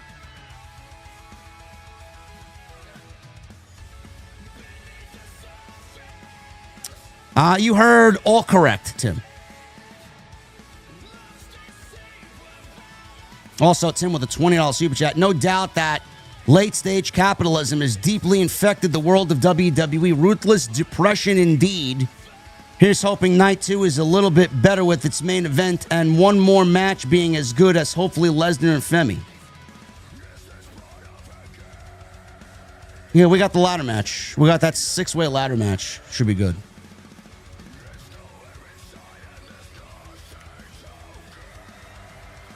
Craig with the 33 months. WrestleMania. However, we can always count on you to deliver. You haven't even said a word yet, but I know the stream will be epic. Thank you, JD. Thank you, Craig. Hardy Punk with a $5 super chat. OTS official anthem for the Ruthless Depression era. Circle of Evil. It's a great fucking song. Nathan Cox with the $1.99. Too many commercials. Liv Vaquer felt like pre-show. It did. Bro Mobile with the $5 super chat. Yeah, not a great show. A positive is Triple H can now book Randy versus Cody how he initially wanted to for Backlash. Paige being back is cool too. OTS for life. Thank you, Bro Mobile. Pizza Knights of Chill Zone with a $5 super chat. He says, get him. God. Adrian with $4.99. Paul Commercial, Errol Levesque. Moretz with 46 months. JD's the best man. No one better. Thank you, brother. Iron Gaijin with a $2 super chat. WrestleMania is just a commercial to casuals and non-fans. Hardy Punk. John McMahon opened WrestleMania. Eric Beltran with a $4.99, 5.2K in the venue. And JD hasn't even said a word yet. Best of the best of the best. It's what we do. Thank you, Eric. Michael with the $2 super chat. Company cooked like Rodman was last night. Bro, Dennis Rodman got to be up there for worst Hall of Fame speeches of all time.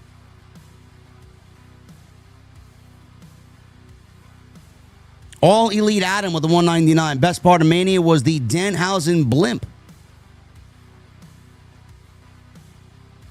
Jenny, $9.99. I saw the same antidepressant commercial 500 times. I think I actually need it now. R.I.P. WrestleMania.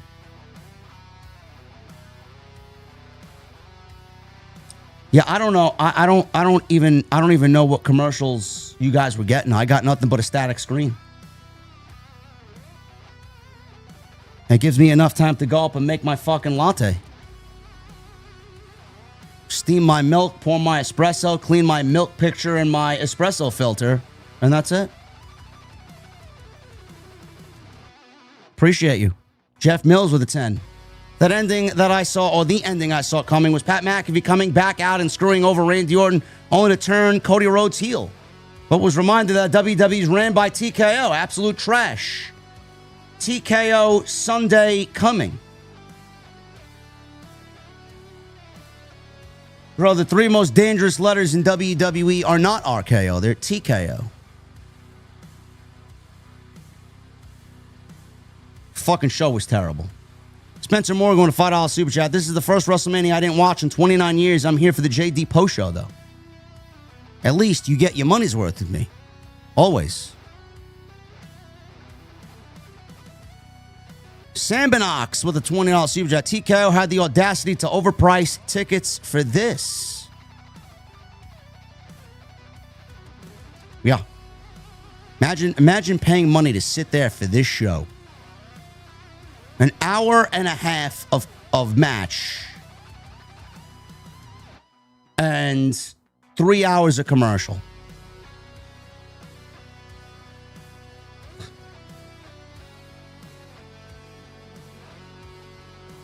Black Eagle USA with a $4.99. The worst part is WrestleMania is going to Saudi Arabia next year. By default, WrestleMania is already awful.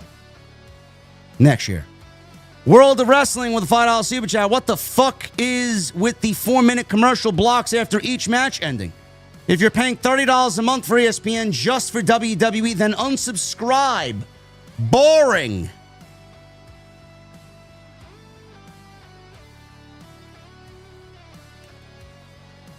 Captain Solo with a $5 super chat. People, please explain to me why everyone's still glazing Vince McMahon when he's the reason WWE is in the hands of TKO.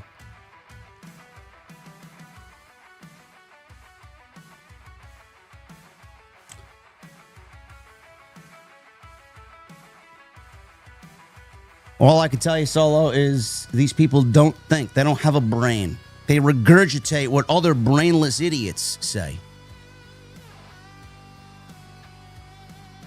Only rapists and sexists want Vince McMahon back. Tay the Savior with a $20 super chat. The women were done filthy tonight, especially Vaquer. I got more Hulk Hogan documentary on my screen than women's wrestling using my VPN on Netflix. That was super embarrassing. TKO should be ashamed of themselves. Boy, they really want you to like Hulk Hogan again, huh? My guy, Dr. Evil Genius, 41 months. The wrestling is a break from the commercials. Legitimately, yes. Sam Binox with the 499. Most dangerous letters in sports entertainment. TKO. Ridiculous.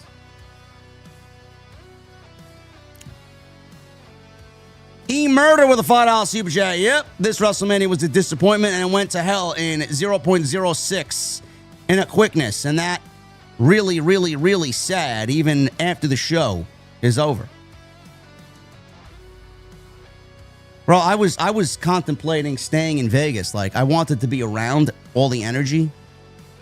Who wants to be there? Who wants to see this shit? Coach J with the new membership. Thank you, Coach J. Jay Gordo with the $10 super chat. What's going on, Jay? The WrestleMania 42 night, 1 4 out of 10. A lot of commercials. The new stage sucks. So many promotions and less on the matches and no reaction. This is not WrestleMania anymore. The feeling is dead. It is very dead. It is very dead. It's basically WrestleMania. Random one with a $9.99.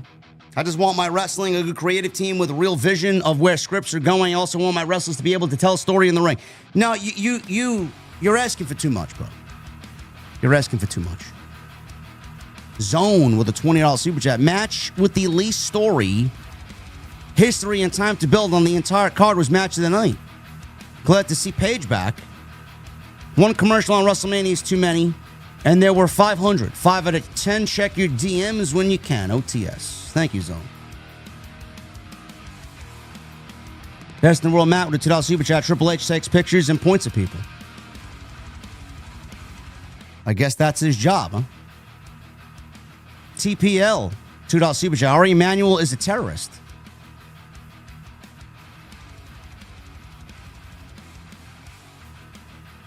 Tim Lando with a $5 super chat. Vince gave us a company that we all grew up loving, and then he killed it the day he sold it. Vince is the greatest heel in pro wrestling.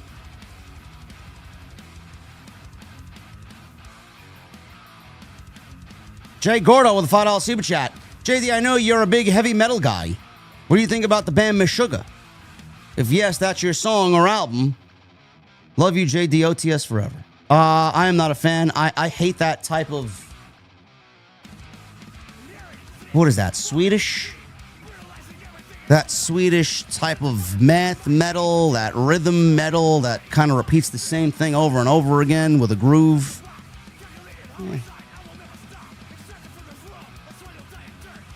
Yeah. Joker face with a $5 super chat. JD, Kendra Lust, the adult star attacking the Sandman in GCW, was more entertaining than WrestleMania.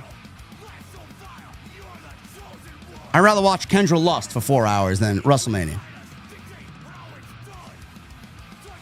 Best in the world, Matt with a $10 super chat. Funny how WWE denied that ESPN reporter credentials who gave WrestlePalooza a bad review. Now we know why they did that.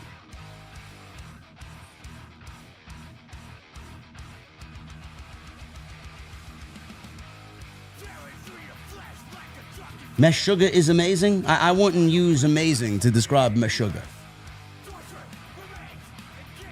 One album sounds like every other album. He gave WrestlePalooza a C.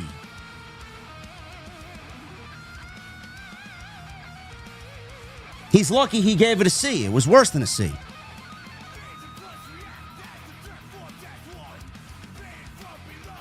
Hurricane with a $5 super chat. It was shameful that they let an actual decent build for Liv and Stephanie go only 7 minutes. This show sucks.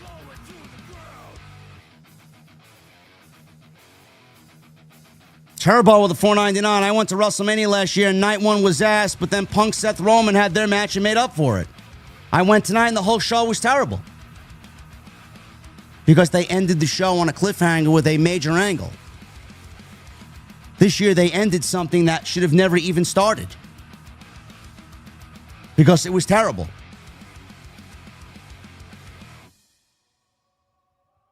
Mac Daddy with a $5 super chat. Same people complaining in the comments to give TKO their money, tickets, merch, subscriptions, events. All TKO gives a fuck about is profit. Yet WWE's got Club WWE, where they're going to pretend to give you a discount on early access to tickets by charging you expensive prices for tickets while pretending to give you a discount on expensive prices for tickets, all while maintaining a monthly subscription to their service. You gotta be a fucking fool. Cornell with a $4.99 spoiler. Brock versus Oba will be under 3 minutes. Give Rock the company. Promote HBK to Raw. Undertaker to SmackDown. And have AJ run NXT. Triple H, go work at White's, at WH, at the White House.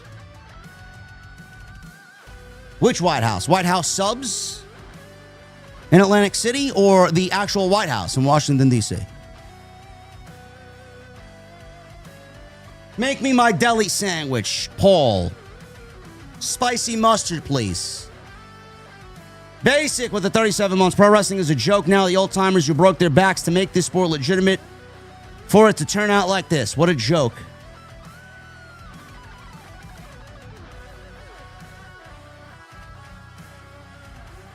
Robert Hurt with 61 months. Pissed that Randy and AJ Lee didn't win tonight. Hope night 2 is better than tonight. Keep rocking, JD. Thank you, Robert. Tay-Tay with a $4.99. Randy Orton winning the championship will not feel the same because TKO ruined it for Pat McAfee. This company loves ruining moments like this.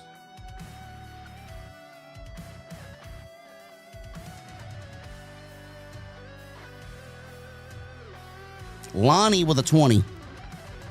This show is absolutely fire. WWE is garbage. It went from a family-owned pro wrestling company to corporate greed, boring garbage. I appreciate your content, bro. Lonnie, thank you for being here and for the kind words, brother. Basic with a $9.99. That promo with Cody and Punk had me thinking, man, I guess ticket sales for Monday aren't doing good. Punk literally came out and said nothing, but didn't forget to mention to buy tickets for Raw. No, they're not doing good. Kaz with a $2 super chat. JD, night 1 fucking sucked. Why? Love you, bro. Well, hopefully I explained to you why, Kaz. Thank you. Cornell with a $4.99. WWE has a replica title belt for every NFL team except the Jacksonville Jaguars. So that should light a fire under TK, you think? WWE is not going to promote a football team owned by the Khan family. WWE has a partnership with the NFL for such a thing. They did it on purpose. Zero Kaiba with a $1.99. Hopefully Paige doesn't get Def Rebelled. No, that would be awful. Ryan with a New Zealand $5 super chat. How they'll fuck up tomorrow. JD McFish wins the ladder match. Sammy beats Trick. Brock beats Oba. Punk beats Roman. Triple Nose strikes again. No, McDonough is not winning the IC title. I wouldn't be surprised if Sammy beats Trick. Oba needs to beat Brock, and Punk needs to beat Roman. Bub with a $4.99. This was Saturday Night SmackDown with extra commercials. Kaz with the 2. We need Vince Russo. Vince doesn't want to work here. Daniel Mills with a $4.99. I literally wouldn't be mad if Vince takes over at this point. Be careful what you guys want. Yo, boy Pete with a $99.99. Thank you, brother. He comes in with a 50. I got one more mini bomb in me. Shout out to Rue for his 14 points to cash me out. What the fuck is everyone drinking to ease the pain tonight? Shout out Wheatley's Vodka. That vodka makes a good vodka soda. Cranberry. At least, thanks, Cody. I got to give my guy another round of applause.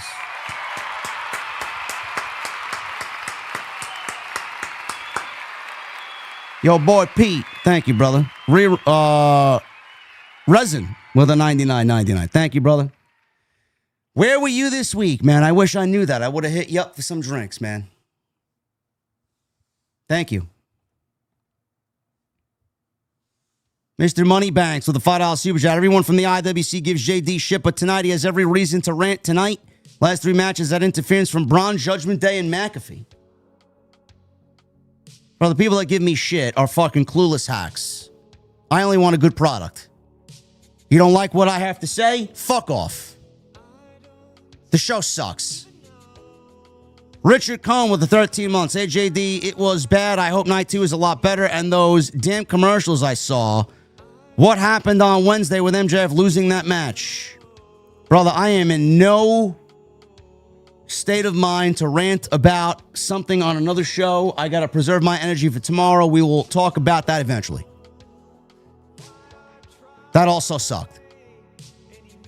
Dad Bowie with a $4.99. Brock is going to win. He's booked for Raw after Mania. Usually goes away after a loss. Brock, I wouldn't be surprised if he does win. He needs to lose.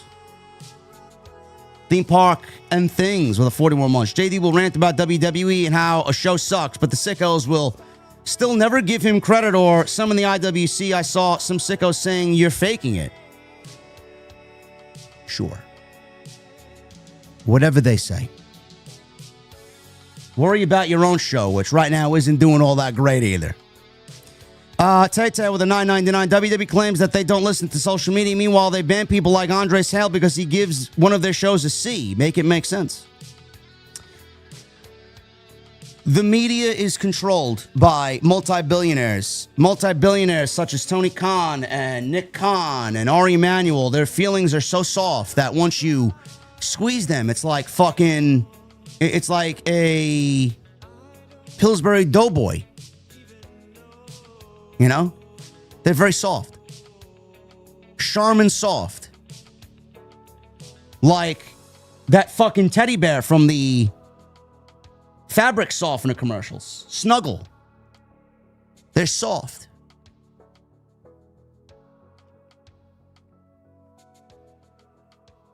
WrestlePalooza was worse than a C. They're lucky he gave them a C and not a D or an E or an F.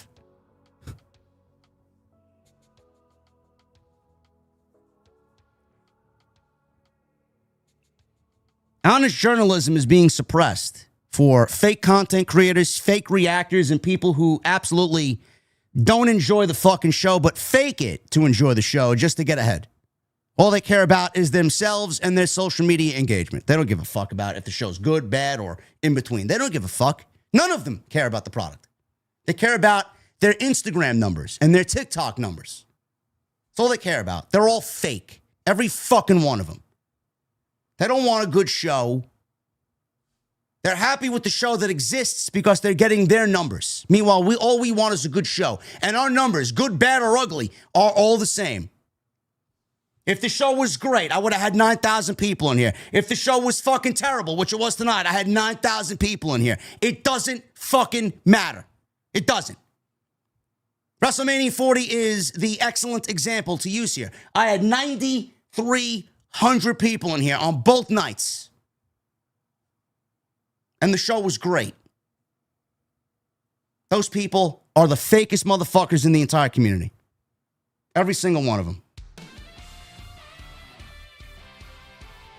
Christopher Smith with $5 super chat. I don't watch wrestling anymore. I have my first kickboxing class Wednesday. I'm excited for something new. Congratulations, brother. Rob Rivern with a $25 super chat. They moved from Peacock to ESPN and tripled the sub prices. Only had commercials during PLEs. JD, I can't stand watching this rubbish anymore.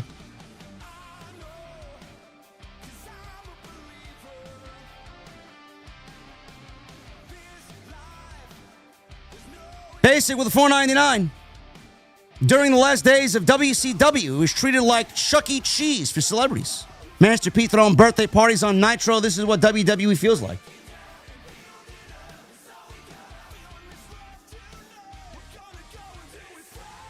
Andrew with a $20 super chat times 2. JD, why is it so hard for creative WWE, AEW, TNA nowadays to write compelling storytelling? At least you offer reasons for why your ideas make sense. You're one of the more authentic guys to tell it how it should be. Thank you for being honest and real and not sucking up to the promoters who give us subpar TV. The last time I was interested was Cody and Roman. It's sad. Storytelling makes people care.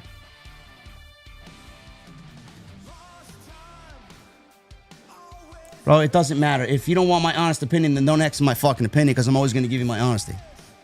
Always.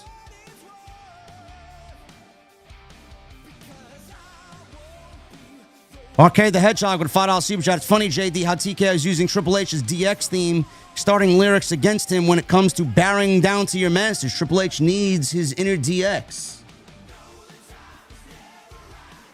Triple H don't need anything, man. He's on his way out. 18 to 24 months, he's gone. Vinny P with a 199. Worst Mania of all time, and it might not even be close. Jerry Delino with a 499. You should watch the WrestleMania post-show. Corey Graves was twerking with Liv Morgan while her Trouble song was playing, and Oba and Punk must win.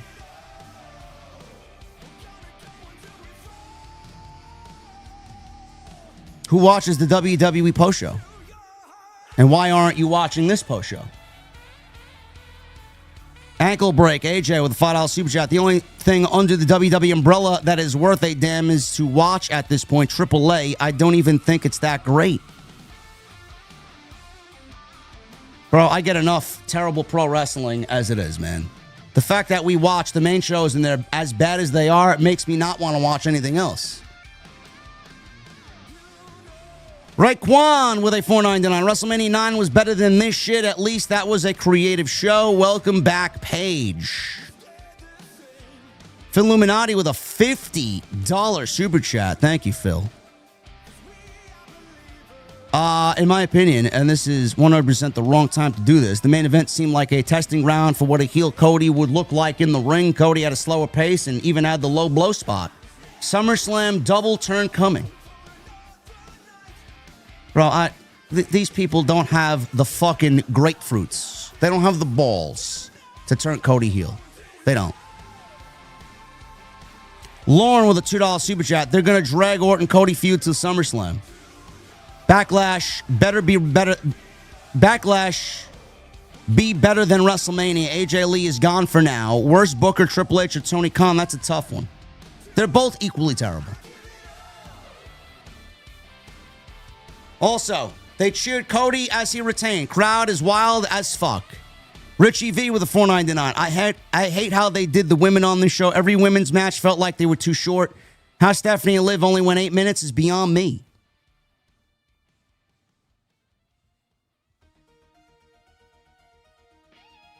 Joseph with a 5. Without Ronda Rousey dominating in UFC, there's no women's revolution, because that's when Triple H started pushing the women in NXT. She really started it. No. There's no women's revolution because that's when Triple H started pushing the women in NXT? The women's revolution started with Paige and Sasha and Charlotte and came to a head with Sasha and Bayley at TakeOver in Brooklyn. What are you talking about? Ronda is the reason why they got their first pay-per-view and their first WrestleMania main event. That's not the start of the revolution.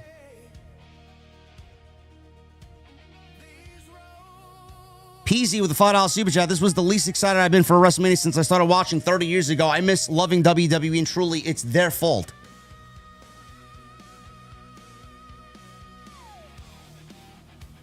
$009.5. Bro, this shit sucks. I'm just glad Cody won, because no one, and The Rock means no one, wants to see Pat McAfee again. JD, thank you for doing what you do, bro. We appreciate you. Thank you, brother. Appreciate you. Dingleberry, $10 super chat. You are the voice. You are my voice of wrestling. Thanks for bringing it in every stream. Nobody does it better. Thank you, Dingleberry. Thank you. Always going to be that way, brother. Hurricane with a $5 super chat. Could they just stop calling it Backlash, instead refer to it as WrestleMania Rewind? Listen, let's not get Vince McMahon, okay? Remember he called WrestleMania Backlash that year? Lauren with a $2 super chat. Reports going around Orton was injured before Mania. I don't believe it. Injured from what? From where? Feel like they just threw that out there to give you a little bit of unpredictability. Pow TV, $1.99. I was there. Empty seats all over. No way it was $50K. WrestleTix doesn't lie.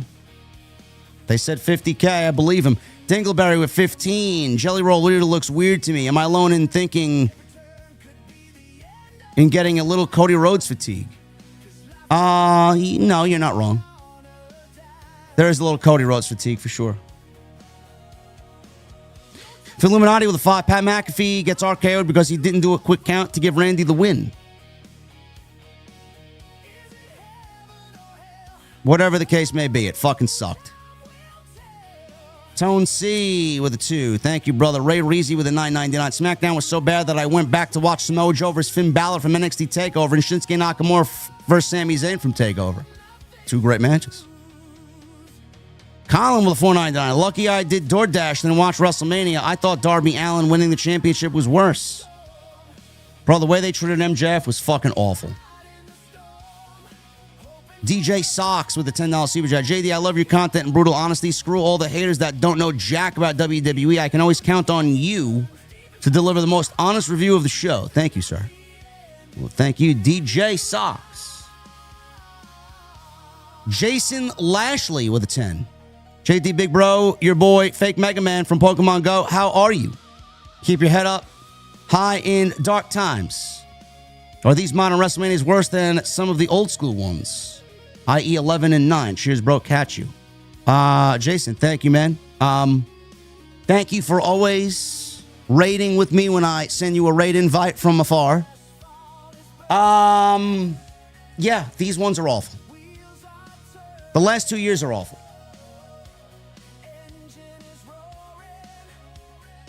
At least they felt like WrestleMania back then. They don't feel like WrestleMania now.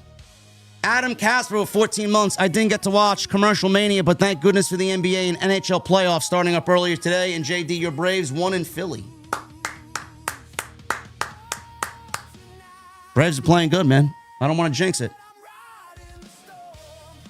Dingleberry with a 10. Do you think McIntyre's legit pissed about how he's been kind of disrespected when WWE always looks to find someone better? I think Drew McIntyre knows he's never going to be the guy. And he says he's creatively fulfilled. So if he says that, I am tending to believe him.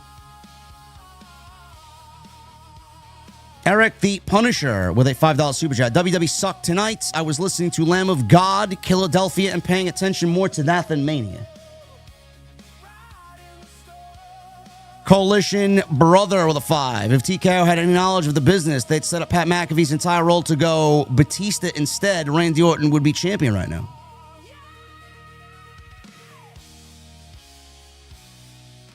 Don Stoney with a 5. This show was like walking out of Walmart and saying, I spent a lot of money and yet I wasn't entertained.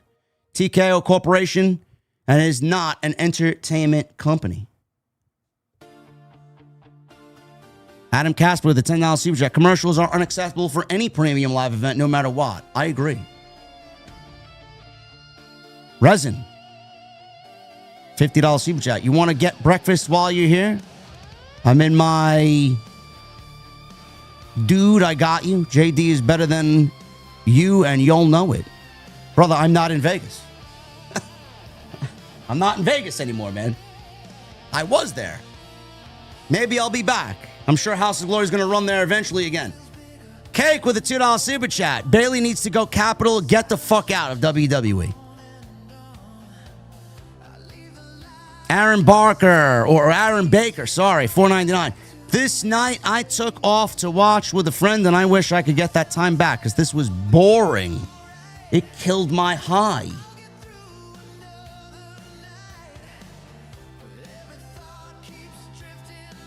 Eric Newton with a 44 months. It's time for Triple H to go. Whatever happened to the black and gold Triple H creative? That is long dead. He's had his chance, and he's failed miserably.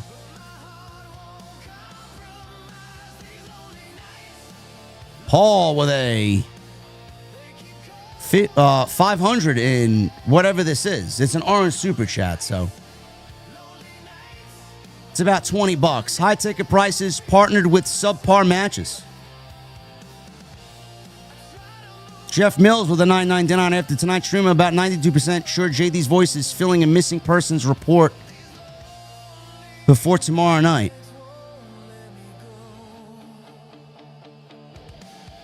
Yeah, I'm all right.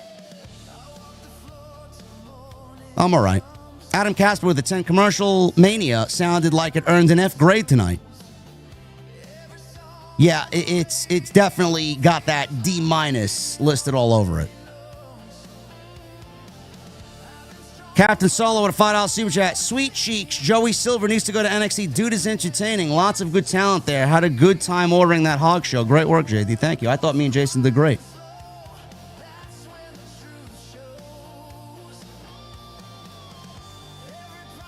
Sweet Cheeks is good. Definitely a fan favorite in House of Glory, man. He does good stuff. Lee with a 3 months. I just checked in, JD, due to the time difference. I'll have to go back and rewatch, but this mania sucked. Hope you're well, brother, and OTS for life. Thank you, man. Thank you. Street Fighter with $5 super chat. Io Bianca Rhea had 14 minutes last year. Match of the year material. Now the same title gets 7 minutes. What are we doing? Because they're not Rhea, Io, and Bianca. Adam Casper with a $10 super chat. A skateboarder should never win a prestigious wrestling title under any circumstances. Darby's a stuntman. He's not a wrestler. MJF is their ace, and they buried their ace. Now twice.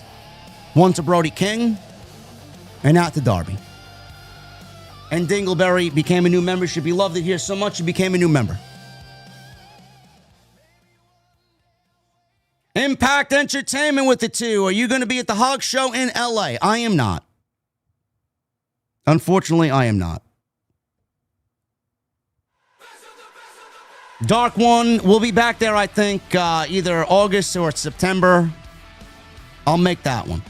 Dark One with 10 months. Hey, JD, I just heard the song Drac Emperor by Nina Dinero. Thought it'd be in your wheelhouse. Keep killing it. Never heard of it. Never heard of it. And Michael Krause. 28 months. Michael Krause says, did you see my other super chats? Brother, I did not see any super chats before Lauren at a 2. I did not see any super chats before Lauren with the $2 super chat. Let me check.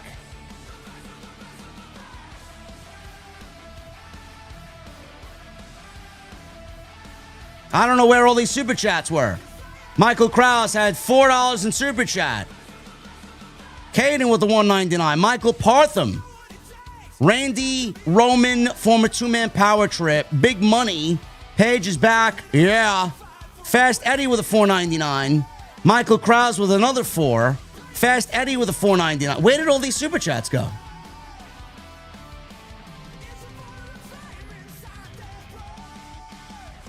Tony Brown with a $4.99, with the exception of Cody and Paige. Bianca, very predictable show.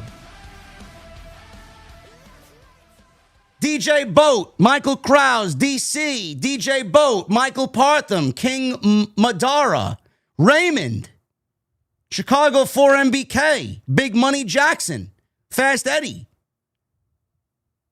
Caden Crawford. I don't know why these super chats didn't show up. Thank you, guys.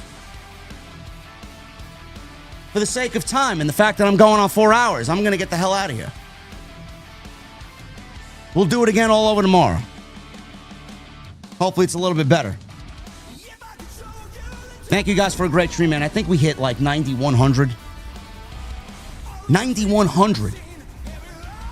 It's fucking crazy. You guys fucking killed it.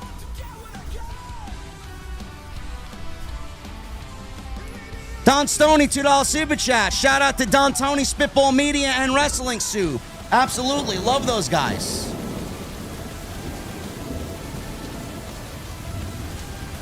DJ with the $4.99. Honestly, hopefully night 2 will be better. Dark one with a $1.99. Check it out, JD. You'll dig it. And Nike fan 02 $1.99. Do you still use your PlayStation Portal? If so, what games? I do not. Should I? Thank you guys for a great stream, man. 9100 we did tonight, by far and away. I know we were number one tonight, man. You guys fucking killed it. Adam Casper with the 10. New York Mets are on a losing streak. LOL. Yes, Danhausen's curse is real. Danhausen's curse is very real. Thank you guys for a great stream. Go get your merch. Link is down below in the description. It's pinned in the live stream chat. Go get your merch, please. It's a great way to support. I want to sell some t-shirts, man. We don't get these designs done for no reason. Rep the brand. Wear them to the shows. Wear them to the HOG shows. Go get your shit. Follow me on social media at JD from NY206. Twitter, Instagram, TikTok, and Cameo. Continue to hit that thumbs up. Leave me a comment down below and turn on the bell when you subscribe. We'll see you tomorrow night for night 2. It can't get any worse, can it? We'll find out. I'll see you guys later.